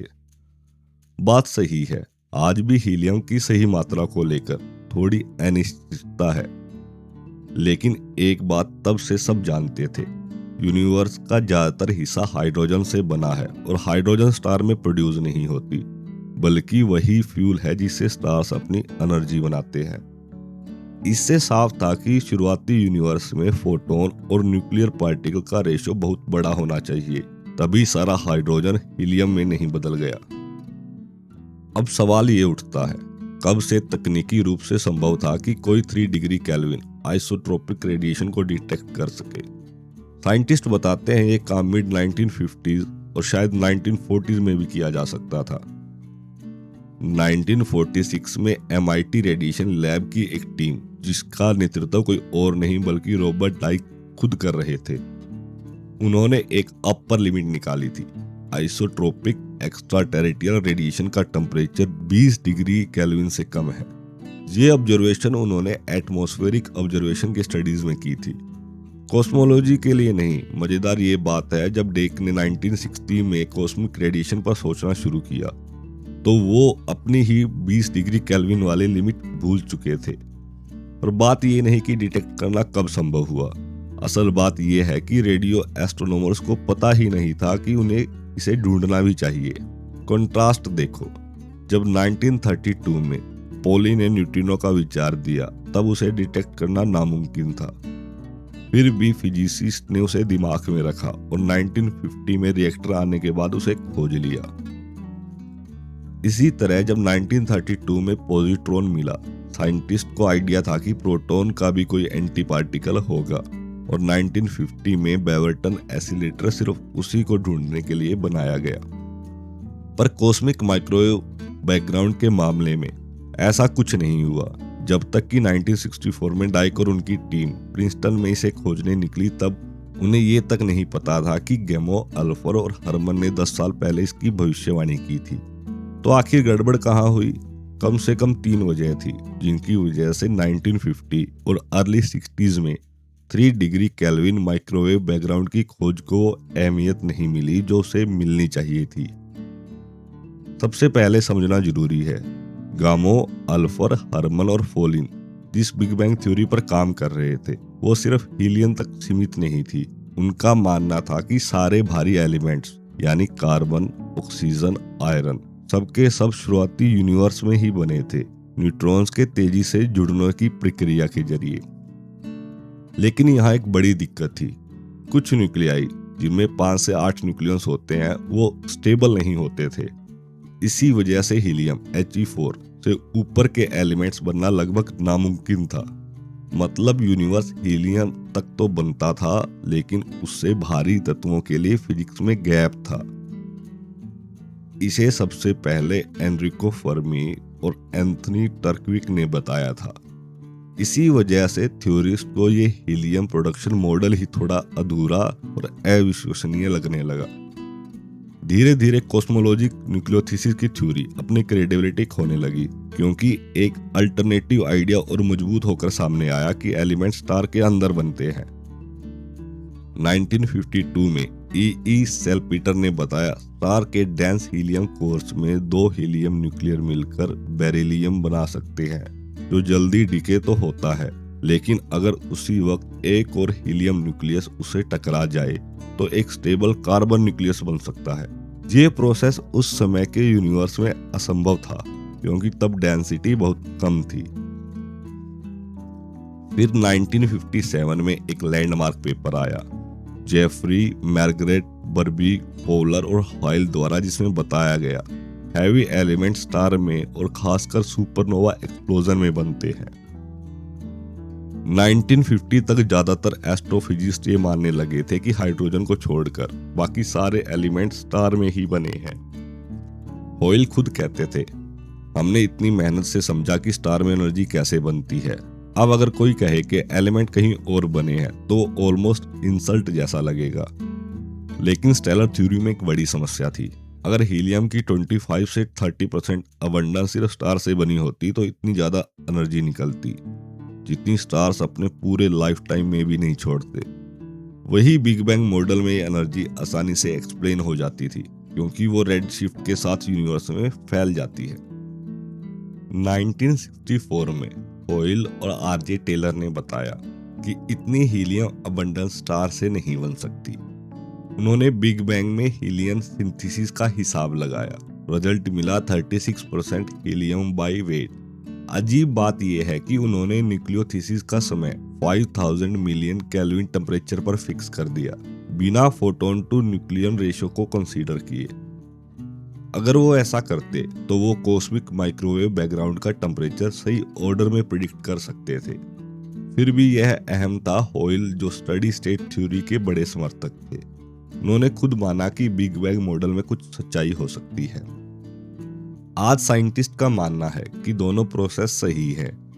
हीलियम और हल्के एलिमेंट्स अर्ली यूनिवर्स में बने और भारी एलिमेंट स्टार के अंदर बने। यानी बिग बैंग न्यूक्लियोथिसिस थ्योरी ने जितना दावा किया था, वो उससे ज्यादा करने की कोशिश में अपनी क्रेडिबिलिटी खो बैठी। दूसरी वजह थी थ्योरिस्ट और एक्सपेरिमेंटलिस्ट के बीच कम्युनिकेशन गैप। ज्यादातर थ्योरिस्ट को लगता था कि 3 डिग्री केल्विन का आइसोट्रोपिक रेडिएशन बैकग्राउंड डिटेक्ट करना असंभव है। 1967 में कामो ने पेबल्स को लिखा कि उन्होंने उनके साथियों ने कभी इस रेडिएशन को डिटेक्ट करने की कोशिश नहीं की, सोचा ही नहीं, क्योंकि उस वक्त रेडियो एस्ट्रोनॉमी अपनी शुरुआत में थी। हालांकि एल्फर और हरमन ने रडार एक्सपर्ट से पूछा भी था, Johns Hopkins naval research lab और नेशनल ब्यूरो स्टैंडर्ड में, लेकिन उन्हें बताया गया कि 5 to 10 केल्विन की रेडिएशन उस वक्त की टेक्नोलॉजी से डिटेक्ट नहीं हो सकती। दूसरी तरफ कुछ सोवियत एस्ट्रोफिजिस्ट जैसे याबी जेल्डोविच इसी पॉसिबिलिटीज को समझते थे, पर अमेरिकन जर्नल्स की लैंग्वेज से कंफ्यूज हो गए। 1964 में जेल्डोविच ने हीलियम अबंडेंस और रेडिएशन टेम्परेचर का सही कैलकुलेशन किया। उन्होंने सोचा कि स्काई टेम्परेचर पहले ही 1 डिग्री केल्विन से कम मापी जा चुकी है, क्योंकि उन्होंने ईए ओम की बेल लैब्स वाले पेपर को गलत समझ लिया। आयरोनिकली ओम का वही 20 फुट एंटीना बाद में पेंजियोस और विल्सन ने इस्तेमाल किया कॉस्मिक माइक्रोवेव बैकग्राउंड को खोजने के लिए। इस गलतफहमी और गलत कम्युनिकेशन की वजह से जेल्डोविच ने भी हॉट अर्ली यूनिवर्स का विचार छोड़ दिया। उसी समय थ्योरिस्ट तक एक्सपेरिमेंट की खबर नहीं पहुंच रही थी, वैसे ही एक्सपेरिमेंटलिस्ट तक थ्योरी नहीं पहुंच रही थी। 1964 में जब पेंजियास और विल्सन ने अपने एंटीना के नॉइस की जांच शुरू की, उन्होंने एल्फर हरमन प्रिडिक्शन का नाम तक नहीं सुना था। तीसरी और सबसे अहम वजह यह थी कि बिग बैंग थ्योरी को उस समय के ज्यादातर फिजिसिस्ट ने सच में कभी गंभीरता से ही नहीं लिया। मतलब किसी ने यह नहीं सोचा कि अर्ली यूनिवर्स जैसा कुछ वाकई में वैज्ञानिक रूप से समझा जा सकता है। असल में ऊपर बताई गई सारी मुश्किलें, चाहे हीलियम सिंथेसिस की हो, न्यूट्रॉन प्रोटॉन बैलेंस की या रेडिएशन की, थोड़ी मेहनत से हल की जा सकती थी। प्रॉब्लम यह थी कि पहले 3 मिनट का समय इतनी दूर था और उस वक्त की टेम्परेचर और डेंसिटी इतनी एक्सट्रीम थी कि किसी को भरोसा ही नहीं होता था कि वहां नॉर्मल फिजिक्स लॉ भी काम करेंगे। यही तो फिजिक्स की एक पुरानी आदत है, हम अपनी थ्योरीज को जरूरत से ज्यादा नहीं बल्कि कम गंभीरता से लेते हैं। हम इन इक्वेशन और फॉर्मूलेस को अपने डेस्क पर तो सॉल्व करते हैं, पर मान नहीं पाते कि सच में यूनिवर्स को डिस्क्राइब करते हैं। कई बार ऐसा लगता है जैसे साइंटिस्ट आपस में एक अनस्पोकन एग्रीमेंट बना लेते हैं कि कुछ टॉपिक सीरियस रिसर्च के लायक नहीं है, और अर्ली यूनिवर्स ऐसा ही एक टॉपिक था। गामो, अल्फर और हरमन की सबसे बड़ी अचीवमेंट यही थी कि उन्होंने इस सोच को तोड़ा। उन्होंने हिम्मत की, नॉन फिजिक्स लॉ को अर्ली यूनिवर्स पर अप्लाई किया और बताया कि फर्स्ट 3 मिनट में क्या हुआ होगा। पर अफसोस, वो भी आखिरी कदम नहीं उठा पाए। रेडियो एस्ट्रोनॉमर को यकीन दिलाने का कि उन्होंने माइक्रोवेव बैकग्राउंड रेडिएशन की तलाश करनी चाहिए। 1965 में जब आखिरकार 3 डिग्री केल्विन की रेडिएशन बैकग्राउंड खोजी गई, तो उसकी सबसे बड़ी अहमियत यह थी कि उसने सबको मजबूर कर दिया कि अब अर्ली यूनिवर्स को सिर्फ एक आइडिया नहीं बल्कि एक रियल फिजिकल हिस्ट्री की तरह देखा जाए। राइटर कहते हैं कि उन्होंने इस मिस्ड अपॉर्चुनिटी पर इतना जोर इसलिए दिया क्योंकि यही से हमें असली साइंस हिस्ट्री समझ आती है। अक्सर इतिहास में लोग न्यूटन या आइंस्टाइन जैसी ग्रेट डिस्कवरी की बात करते हैं, लेकिन असली समझ तब आती है जब हम देखते हैं कि साइंस में आगे बढ़ना कितना मुश्किल होता है, कितनी आसानी से इंसान रास्ता भटक सकता है और कितनी मुश्किल से वो समझ पाता है कि अगला सही कदम क्या होना चाहिए। Chapter 7 the first 100 second. हमने चैप्टर 5 में जिस फर्स्ट फ्रेम से शुरुआत की थी वो असली शुरुआत नहीं थी। वो तो तब की बात थी जब यूनिवर्स का टेम्परेचर लगभग 1 लाख मिलियन यानी 10⁻11 केल्विन तक ठंडा हो चुका था। उस वक्त यूनिवर्स में सिर्फ फोटॉन्स, इलेक्ट्रॉन्स, न्यूट्रिनोज और उनके एंटी पार्टिकल्स मौजूद थे। अगर यही सारे पार्टिकल्स होते तो हम शायद यूनिवर्स के फैलाव को पीछे की तरह एक्स्ट्रापोलेट करके कह सकते थे कि शुरुआत वास्तव में एक इनफिनाइट डेंसिटी और टेम्परेचर वाली पोजीशन से हुई होगी, जो उस फर्स्ट फ्रेम से 0.01 सेकंड पहले थी। लेकिन असलियत इससे कहीं ज्यादा कॉम्प्लेक्स है। मॉडर्न फिजिक्स बताती है कि ऐसे और भी कई पार्टिकल्स हैं, जैसे मुऑन्स, पाइमेसॉन्स, प्रोटॉन्स, न्यूट्रॉन्स एसेट्रा। जब हम और पीछे जाते हैं तो टेम्परेचर और डेंसिटी इतनी ज़्यादा हो जाती है कि ये सारे पार्टिकल एक साथ थर्मल इक्विलिब्रियम में होते हैं और लगातार एक दूसरे से इंटरेक्ट कर रहे होते हैं। अब प्रॉब्लम ये है कि आज भी इन एलिमेंट्री पार्टिकल्स की फिजिक्स इतनी गहराई से समझ नहीं है कि हम कॉन्फिडेंटली बता सकें कि इतनी एक्सट्रीम पोजीशन में मैटर बिहेव कैसे करता था। यानी हमारे पार्टिकल फिजिक्स की अधूरी समझ ही वो पर्दा है जो हमें असली शुरुआत देखने से रोकती है। फिर भी थ्योरिस्ट के लिए इस पर्दे के पीछे झांकने की लालसा बहुत गहरी है, क्योंकि मॉडर्न पार्टिकल फिजिक्स के नए विचार लैब में तो प्रैक्टिकली टेस्ट नहीं किए जा सकते, पर अगर उन्हें अर्ली यूनिवर्स पर अप्लाई किया जाए तो उनके असर बेहद नाटकीय हो जाते हैं। अब सबसे बड़ी दिक्कत आती है स्ट्रॉन्ग इंटरेक्शन की। ये वही फोर्स है जो प्रोटॉन और न्यूट्रॉन को एटम के न्यूक्लियस में बांध कर रखते हैं। इलेक्ट्रोमैग्नेटिक या ग्रेविटेशनल फोर्स की तरह ये हमें रोजमर्रा की जिंदगी में महसूस नहीं होती, क्योंकि इनकी रेंज बेहद छोटी होती है, सिर्फ 10⁻⁻13 सेंटीमीटर यानी 1 ट्रिलियन सेंटीमीटर के आसपास। इसीलिए मॉलिक्यूल में जहां न्यूक्लियाई एक दूसरे से बहुत दूर होते हैं, इनका असर लगभग न के बराबर होता है, पर नाम के मुताबिक ये इंटरेक्शन बेहद स्ट्रॉन्ग है। अगर दो प्रोटॉन्स को जबरदस्ती पास लाया जाए तो स्ट्रॉन्ग फोर्स उनकी इलेक्ट्रिक रिपल्शन से लगभग 100 टाइम्स ज्यादा स्ट्रॉन्ग होगी। यही वजह है कि एटॉमिक न्यूक्लियाई को बांध कर रखती है और हाइड्रोजन बॉम्ब जैसे विस्फोटों में इन्हीं न्यूक्लियर बाइंडिंग के रीअरेंजमेंट से एनर्जी निकलती है। पर यही ताकत इन इंटरेक्शन को मैथमेटिकली संभालना बहुत मुश्किल बना देती है। इलेक्ट्रोमैग्नेटिक फोर्सेस की तरह हम इन्हें पर्टिब्यूशन थ्योरी से हल नहीं कर सकते, क्योंकि वहाँ एक छोटा कांस्टेंट हेल्प करता है, फाइन स्ट्रक्चर कांस्टेंट, जो होता है 1/137 के बराबर, जो छोटे कंट्रीब्यूशन को नेग्लिजिबल बना देता है।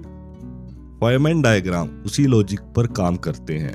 हर डायग्राम का कंट्रीब्यूशन छोटे फैक्टर से मल्टीप्लाई होता है, इसलिए हम कुछ सरल डायग्राम से ही एक्यूरेट रिजल्ट निकाल लेते हैं। लेकिन स्ट्रॉन्ग इंटरेक्शन में जो कांस्टेंट उसी भूमिका में है वो लगभग 1 के बराबर होता है। इसका मतलब है कॉम्प्लेक्स डायग्राम भी सिंपल डायग्राम जितना ही बड़ा असर डालते हैं, यानी किसी कैलकुलेशन को ट्रंकेट करना लगभग इम्पॉसिबल है। इसी वजह से पिछले 25 सालों में पार्टिकल फिजिक्स की सबसे बड़ी अड़चन रही है स्ट्रॉन्ग इंटरेक्शन की कैलकुलेशन। अब हर पार्टिकल स्ट्रॉन्ग फोर्स महसूस नहीं करता। ये फोर्स सिर्फ एक वर्ग पर असर करती है जिसे कहते हैं हेड्रॉन्स, जैसे प्रोटॉन, न्यूट्रॉन, पाइमेसॉन्स, के मेसॉन्स। इसके उलट लेप्टॉन्स यानी इलेक्ट्रॉन्स, म्यूऑन्स, न्यूट्रिनोज स्ट्रॉन्ग फोर्स से पूरी तरह छूते रहते हैं। यही वजह है कि इलेक्ट्रॉन का मास बहुत कम होता है। उनका क्लाउड न्यूक्लियाई से लगभग 1 लाख टाइम्स बड़ा होता है और एटम के बीच की केमिकल बॉन्डिंग न्यूक्लियर बॉन्डिंग की तुलना में मिलियंस ऑफ टाइम वीकर होती है। अगर इलेक्ट्रॉन्स पर भी न्यूक्लियर फोर्स असर करती तो न केमिस्ट्री होती, न क्रिस्टल्स, न बायोलॉजी, बस न्यूक्लियर फिजिक्स ही सब कुछ होती। चैप्टर 6 में हम अब उस टेम्परेचर से भी पहले का समय देख रहे हैं, यानी वो पल जब यूनिवर्स का तापमान 1 लाख मिलियन केल्विन यानी 10⁻11 से भी ज्यादा था। चैप्टर 5 में हमने जिस टेम्परेचर से शुरुआत की थी वो जानबूझकर इतना चुना गया कि वो सभी हाइड्रॉन्स के बनने के थ्रेशोल्ड से नीचे रहे। सबसे हल्का हाइड्रॉन पाई मेसॉन्स लगभग 1.6 इंटू 10⁻12 केल्विन पर बनना शुरू होता है। इसीलिए उस कहानी में केवल लेप्टॉन्स और फोटॉन्स थे और उनकी आसपास इंटरेक्शन को सेफली इग्नोर किया जा सकता था। लेकिन अब सवाल उठता है, जब टेम्परेचर इतना बढ़ गया कि हेड्रॉन्स और एंटी हेड्रॉन्स बहुत बड़े नंबर्स में बनने लगे तो यूनिवर्स का हाल कैसा था? इस सवाल के दो अलग अलग स्कूल ऑफ थॉट हैं। पहला, न्यूक्लियर डेमोक्रेसी का विचार। इस सोच के अनुसार कोई भी हेड्रॉन दूसरे से ज्यादा फंडामेंटल नहीं है। हर हेड्रॉन चाहे वो स्टेबल हो जैसे प्रोटॉन न्यूट्रॉन या बहुत अनस्टेबल जैसे रियो मेसॉन्स, सब एक बराबर है। 1950 और 60 में जेफरी च्यू ने इसे न्यूक्लियर डेमोक्रेसी कहा था। इस सोच के मुताबिक हेड्रॉन के नंबर असीमित है, जितनी ज्यादा एनर्जी बढ़ेगी उतने नई प्रकार के हेड्रॉन्स प्रकट होंगे, यानी एनर्जी बढ़ने से पार्टिकल्स की स्पीड नहीं, उनकी वैरायटी बढ़ती है। इससे एक अजीब बात निकलती है कि टेम्परेचर एक सीमा तक जाकर रुक जाता है, यानी एक मैक्सिमम पॉसिबल टेम्परेचर होता है जहां एनर्जी डेंसिटी इनफिनाइट हो जाती है, लेकिन टेम्परेचर उससे ऊपर नहीं जा सकता। इसे सबसे पहले रोल्फ हैग्ड्रॉन ने 1960s में प्रस्तावित किया और उसके बाद कर्सन हंग और खुद लेखक स्टीवन विनबर्ग ने डेवलप किया। इस मैक्सिमम टेम्परेचर की गणना लगभग 2 इंटू 10⁻12 केल्विन आई, जो सरप्राइजिंगली बहुत कम है। अगर यूनिवर्स इस सीमा तक पहुंचा तो उस बिंदु पर एनर्जी डेंसिटी इनफिनाइट हो गई होगी, यानी असली शुरुआत अभी भी थी, लगभग फर्स्ट फ्रेम से 0.01 सेकंड पहले। दूसरी थ्योरी है क्वार्क थ्योरी। ये विचार ज्यादा कन्वेंशनल है और मॉडर्न फिजिक्स के मुताबिक ज्यादा सही भी माना जाता है। इसके अनुसार सारे पार्टिकल बराबर नहीं हैं, कुछ सच में एलिमेंट्री है, बाकी सब कंपोजिट यानी उनमें से बने हुए। एलिमेंट्री पार्टिकल है फोटोन और सारे लेप्टॉन्स, लेकिन हेड्रॉन दरअसल बने हैं और छोटे फंडामेंटल पार्टिकल से, जिन्हें क्वार्क्स कहा गया। 1965 में मूरे गलमैन और जॉर्ज जविंग ने क्वार्क थ्योरी दी। उनके अनुसार क्वार्क्स फ्लेवर्स में आते हैं, up, down, strange, charmed, etcetera. हर फ्लेवर के 3 कलर होते हैं, रेड, व्हाइट, ब्लू। अगर यह थ्योरी सही है तो अर्ली यूनिवर्स की फिजिक्स काफी आसान हो जाती है, क्योंकि जब टेम्परेचर कुछ मिलियन केल्विन तक पहुंचा तो हेड्रॉन अपने कॉन्स्टिट्यूट क्वार्क्स में टूट जाते हैं। जैसे एटम कुछ हजार केल्विन पर इलेक्ट्रॉन और न्यूक्लियाई में टूटते हैं और न्यूक्लियाई कुछ बिलियन केल्विन पर प्रोटॉन और न्यूट्रॉन में। इस तरह यूनिवर्स के शुरुआती पलों में सिर्फ photons, lepton, anti leptons, quarks और एंटी क्वार्क्स थे। सब फ्री होकर घूम रहे थे और इफेक्टिवली हर स्पीसीज ब्लैक बॉडी रेडिएशन की तरह बिहेव कर रही थी। इस मॉडल में भी शुरुआत एक इनफिनाइट डेंसिटी और इनफिनाइट टेम्परेचर वाली पोजीशन से होती है, लगभग पहले फ्रेम से 0.01 सेकंड पहले। इन इंट्यूटिव आइडियाज को 1973 में मैथमेटिकल आधार मिला। ह्यूज डेविड पोलाइटाइजर, डेविड ग्रोस और फ्रैंक विल्चेक ने दिखाया कि कुछ खास क्वांटम फील्ड थ्योरीज में जैसे जैसे क्वार्क्स एक दूसरे के पास आते हैं उनके बीच की फोर्स कमजोर हो जाती है। इसे कहा गया एसिम्प्टोटिक फ्रीडम, यानी शॉर्ट डिस्टेंस या हाई एनर्जी पर क्वार्क्स ऑलमोस्ट फ्री पार्टिकल्स की तरह बिहेव करते हैं। बाद में जैसी कोलिन और एमजी पेरी ने दिखाया, अगर टेम्परेचर और डेंसिटी बहुत अधिक हो जाए तो मीडियम का बिहेवियर ऐसा होगा जैसे वो पूरी तरह फ्री पार्टिकल से बना हो। क्वार्क्स मॉडल ने हमें बहुत कुछ समझाया और कई एक्सपेरिमेंट में तो ये बेहद सटीक भी निकला। प्रोटॉन्स और न्यूट्रॉन ऐसे बिहेव करते हैं जैसे वो 3 क्वार्क्स से बने हों। रियो मेसॉन्स ऐसे जैसे वो एक क्वार्क्स और एंटी क्वार्क्स से बने हों। इसी तरह बाकी पार्टिकल्स भी, लेकिन फिर भी एक बहुत बड़ा पजल है। अब तक कोई भी साइंटिस्ट, चाहे कितनी भी पावरफुल एसिलेटर मशीन क्यों ना हो, किसी हेड्रॉन को तोड़कर उसके अंदर के क्वार्क्स अलग नहीं कर पाया। अगर अर्ली यूनिवर्स में हाई टेम्परेचर पर हेड्रॉन वास्तव में फ्री क्वार्क्स में टूट गए थे, तो आज कुछ फ्री क्वार्क्स यूनिवर्स में बचे होने चाहिए थे। लेकिन सोवियत एस्ट्रोफिजिस्ट योवी जेल्डोविच के अकॉर्डिंग ऐसे फ्री क्वार्क्स आज गोल्ड एटम्स जितने रेयर है, यानी बहुत ही कम पर मेजरेबल मात्रा में होने चाहिए। फिर भी आज तक एक भी फ्री क्वार्क्स नहीं मिला है। जब दो क्वार्क्स बहुत पास होते हैं, उनकी फोर्स कमजोर होती है, पर जैसे जैसे उन्हें दूर खींचते हैं फोर्स बढ़ती जाती है।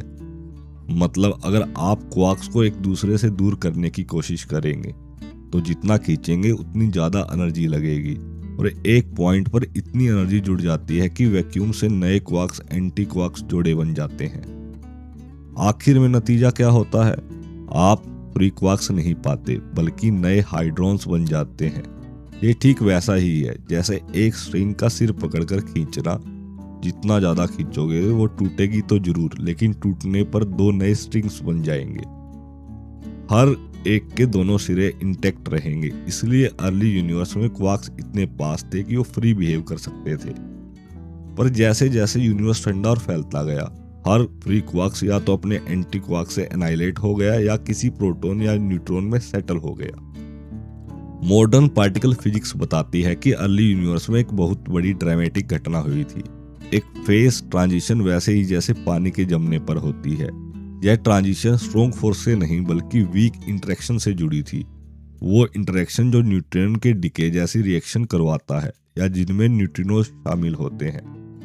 वीक फोर्स इलेक्ट्रोमैग्नेटिक और स्ट्रॉन्ग फोर्स से बहुत कमजोर है, लगभग 10⁻⁻7 गुना कमजोर। लेकिन लंबे समय से फिजिसिस्ट को शक था कि वीक और इलेक्ट्रोमैग्नेटिक फोर्सेस में कोई गहरा संबंध है। 1967 में स्टीवन विनबर्ग और 1968 में एब्रा सेलम ने इंडिपेंडेंटली एक यूनिफाइड थ्योरी दी जो इन दोनों फोर्सेस को एक फ्रेमवर्क में जोड़ती थी। इस थ्योरी ने कई प्रकार की वीक इंटरेक्शन की भविष्यवाणी की। न्यूट्रल करंट्स, जिसकी खोज 1973 में एक्सपेरिमेंट से हुई, फिर 1974 में नई हाइड्रॉन्स को भी डिस्कवर किया गया और इस थ्योरी को इसने सपोर्ट दिया। 1972 में मॉस्को के फिजिसिस्ट D.A. क्रेजहिंट्स और A.D. लिंडे ने दिखाया कि इस यूनिफाइड ग्यूस थ्योरी पर एक फेज ट्रांजिशन होता है, लगभग 3 × 10⁻15 केल्विन पर, यानी 3000 मिलियन मिलियन केल्विन। इस टेम्परेचर के ऊपर वीक और इलेक्ट्रोमैग्नेटिक फोर्सेस एक समान थी, दोनों इनवर्स स्क्वायर लॉ का पालन करती थी और लगभग बराबर ताकत रखती थी। लेकिन जैसे ही टेम्परेचर इससे नीचे गिरा, ये सिमेट्री टूट गई और वीक फोर्स इलेक्ट्रोमैग्नेटिक फोर्स से अलग हो गई। ये वैसा ही है जैसा पानी का बर्फ बनना। ऊंचे टेम्परेचर पर पानी एक समान होता है, पर फ्रीज होते ही सिमेट्री टूट जाती है और मॉलिक्यूल क्रिस्टल लैक्टिक में रिज्ड पैटर्न बना लेते हैं। इसी तरह यूनिवर्स ने भी फ्रीज होकर अपनी फंडामेंटल सिमेट्री खो दी।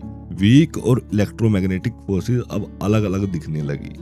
जब पानी जमता है तो परफेक्ट क्रिस्टल नहीं बनते, बल्कि कई छोटे छोटे डोमेन्स बनते हैं जिनके बीच इरेगुलर बाउंड्रीज होती है। क्या यूनिवर्स के साथ भी कुछ ऐसा ही हुआ होगा? क्या हम किसी ऐसे डोमेन में रहते हैं जहाँ सिमेट्री एक खास तरीके से टूटी है, और क्या कहीं और किसी और डोमेन में वो सिमेट्री किसी और रूप में मौजूद है? अब तक हमने स्ट्रॉन्ग, वीक, इलेक्ट्रोमैग्नेटिक फोर्स देख ली, पर ग्रेविटेशनल फोर्स का क्या? ग्रेविटी ने यूनिवर्स के एक्सपेंशन को तो कंट्रोल किया, पर माइक्रोस्कोपिक स्तर पर इसका कोई बड़ा असर नहीं हुआ, क्योंकि यह बाकी फोर्सेस की तुलना में बेहद कमजोर है। फॉर एग्जाम्पल, एक हाइड्रोजन एटम में प्रोटॉन और इलेक्ट्रॉन के बीच ग्रेविटेशनल फोर्स इलेक्ट्रिकल फोर्स से 10⁻39 टाइम्स वीक है। फिर भी विस्कॉन्सिन यूनिवर्सिटी के लिनोड पार्कर ने दिखाया कि यूनिवर्स की शुरुआती अत्यधिक शक्तिशाली ग्रेविटेशनल फील्ड वैक्यूम से पार्टिकल एंटी पार्टिकल पेयर बना सकती थी, पर फिर भी उनका योगदान थर्मल पार्टिकल की तुलना में नगण्य है। अब हम कल्पना कर सकते हैं उस समय की जब ग्रेविटी इतनी ताकतवर थी कि आज स्ट्रॉन्ग न्यूक्लियर फोर्स होती है। सामान्य तौर पर हम ग्रेविटी को बेहद कमजोर मानते हैं, लेकिन याद रखो ग्रेविटी सिर्फ मास से नहीं हर प्रकार की एनर्जी से पैदा होती है। यहाँ तक कि सूरज की गर्मी भी उसकी ग्रेविटी को थोड़ा और बढ़ा देती है। अब सोचो अगर यूनिवर्स का टेम्परेचर इतना बढ़ जाए कि हर पार्टिकल की एनर्जी अनइमेजिनेबल हो जाए, तो ग्रेविटेशनल फोर्स भी उतनी ही स्ट्रॉन्ग हो जाएगी जितनी बाकी फंडामेंटल फोर्सेस। वैज्ञानिकों का अनुमान है कि यह स्थिति लगभग 10⁻32 केल्विन पर पहुंची थी। अब 10⁻32 केल्विन कितना होता है? 100 million million million million million degree. उस तापमान पर अजीब अजीब चीजें घट रही थी। ग्रेविटी इतनी तेज थी कि पार्टिकल फॉर्मेशन का अर्थ ही मिट गया था। वो समय ऐसा था कि यूनिवर्स का होराइजन एक पार्टिकल की वेवलेंथ से भी छोटा था। सीधे शब्दों में हर पार्टिकल का आकार लगभग पूरे दिखने योग्य यूनिवर्स जितना था। हमारी आज की फिजिक्स, खासकर क्वांटम ग्रेविटी, अभी इतनी विकसित नहीं हुई कि हम उस समय के बारे में कुछ निश्चित कह सके। बस एक अनुमान है, वो टेम्परेचर यानी 10⁻32 केल्विन शुरुआत के 10⁻⁻43 सेकंड बाद आया होगा। इसे ही हम आज प्लैंक टाइम कहते हैं। लेकिन इस अनुमान की अपनी कोई ठोस भौतिक अर्थव्यवस्था नहीं, क्योंकि वहां फिजिक्स के सारे नॉन नियम काम करना बंद कर देते हैं। यानी उस तापमान पर एक फाइनल वेल हमारी समझ पर अभी भी पड़ा हुआ है। असल में ये सारी अनिश्चितताएं आज की एस्ट्रोनॉमी पर कोई असर नहीं डालती, क्योंकि पहले एक सेकंड के अंदर यूनिवर्स एक थर्मल इक्विलिब्रियम की पोजीशन में था, जहां हर पार्टिकल का डिस्ट्रीब्यूशन फिजिक्स के नियमों से तय हुआ, ना कि उससे पहले क्या हुआ था इससे। मतलब आज हम जो हीलियम, फोटोन या न्यूट्रिनोज देखते हैं वो सब उसी इक्विलिब्रियम की रिलिक्स हैं, वो निशान जो पहले सेकंड के अंत तक बन गए थे। इससे पहले की कहानी चाहे जैसी रही हो, हमारे लिए उसका कोई ऑब्जर्वेबल इफेक्ट नहीं बचा। विनबर्ग इसे एक मजेदार तुलना से समझाते हैं। मानो किसी ने बहुत ध्यान से एक रॉयल डिनर बनाया, fresh ingredients, expensive wine, perfect species, लेकिन फिर सबको एक ही बड़े बर्तन में डालकर कई घंटों तक उबाल दिया। अंत में कोई भी चक्कर नहीं बता पाएगा कि असल में क्या परोसा गया था। जैसे इलेक्ट्रिक चार्ज की मोशन से इलेक्ट्रोमैग्नेटिक वेव्स बनती हैं, वैसे ही मासिस की मोशन से ग्रेविटेशनल वेव्स बनती हैं। अगर कोई विशाल शक्ति सूर्य को आगे पीछे हिलाए तो पृथ्वी तक उसकी ग्रेविटेशनल डिस्टर्बेंस पहुंचने में 8 मिनट लगेंगे, ठीक उतना ही समय जितना लाइट को लगता है। इन वेव्स को हम ग्रेविटेशनल रेडिएशन कहते हैं, पर फर्क ये है कि वेव मैटर से बहुत कमजोर तरीके से इंटरेक्ट करती है, न्यूट्रिनो से भी कम, इसलिए अब तक कोई भी प्रयोग इन्हें सीधे डिटेक्ट नहीं कर पाया है। थ्योरेटिकली ग्रेविटेशनल रेडिएशन भी अर्ली यूनिवर्स में बाकी पार्टिकल के साथ इक्विलिब्रियम में थी, लेकिन जब टेम्परेचर लगभग 10⁻32 केल्विन हुआ तो ये सब बाकी डीकपल हो गई। यानी यूनिवर्स के साथ एक्सपेंड तो होती रही, पर क्वार्क, एंटी क्वार्क और लेप्टॉन, एंटी लेप्टॉन एनाइलेशन से हीट अब्जॉर्व नहीं किया। इसीलिए आज टेम्परेचर फोटोन या न्यूट्रिनो से थोड़ा कम होगा, लगभग 1 केल्विन के आसपास। अगर हम कभी भी इसे डिटेक्ट कर पाए तो वो होगी यूनिवर्स की सबसे शुरुआती ऑब्जर्वेबल घटना, वो भी पहले सेकंड से भी पहले की। पर दुर्भाग्य से वर्तमान टेक्नोलॉजी में यह लगभग असंभव है। हमने थ्योरेटिकली एक्सट्रापोलेशन से यूनिवर्स को एक इन्फिनाइट डेंसिटी तक पीछे खींच लिया है, लेकिन क्या सच में इन्फिनाइट कुछ था? एक संभावना यह है कि यूनिवर्स की शुरुआत किसी शून्य से नहीं, बल्कि यह एक पहले वाले सिकुड़ने यूनिवर्स से निकला हो, यानी एक साइक्लिक प्रोसेस हो सकता है। दूसरी पॉसिबिलिटीज है कि वास्तव में शुरुआत का एक अर्थ है, एक ऐसा moment beyond which time itself has no meaning. जैसे टेम्परेचर का एक एब्सोल्यूट जीरो होता है, वैसे ही शायद समय का भी एब्सोल्यूट जीरो हो, एक ऐसी सीमा जहां पहले क्या था पूछना अर्थहीन है। यहाँ विनबर्ग बोलते हैं, मेरे लिए सबसे संतोषजनक बात यह है कि यूनिवर्स की कहानी, उसका लॉजिक दोनों एक जैसी हैं। आज नेचर में पार्टिकल्स और फोर्सेस की बहुत विविधता है, लेकिन अब हम जानते हैं कि ये सब एक यूनिफाइड सिंप्लिसिटी से निकले हैं, बस सिमिट्री फ्रीज हो गई है। पहले जहां यूनिवर्स की हीट इस सिमिट्री को प्रकट करती थी, अब वही काम मैथमेटिक्स से करते हैं। वो सरलता जो अब हीट में छिपी थी, अब हमारी थ्योरी में जीवित है।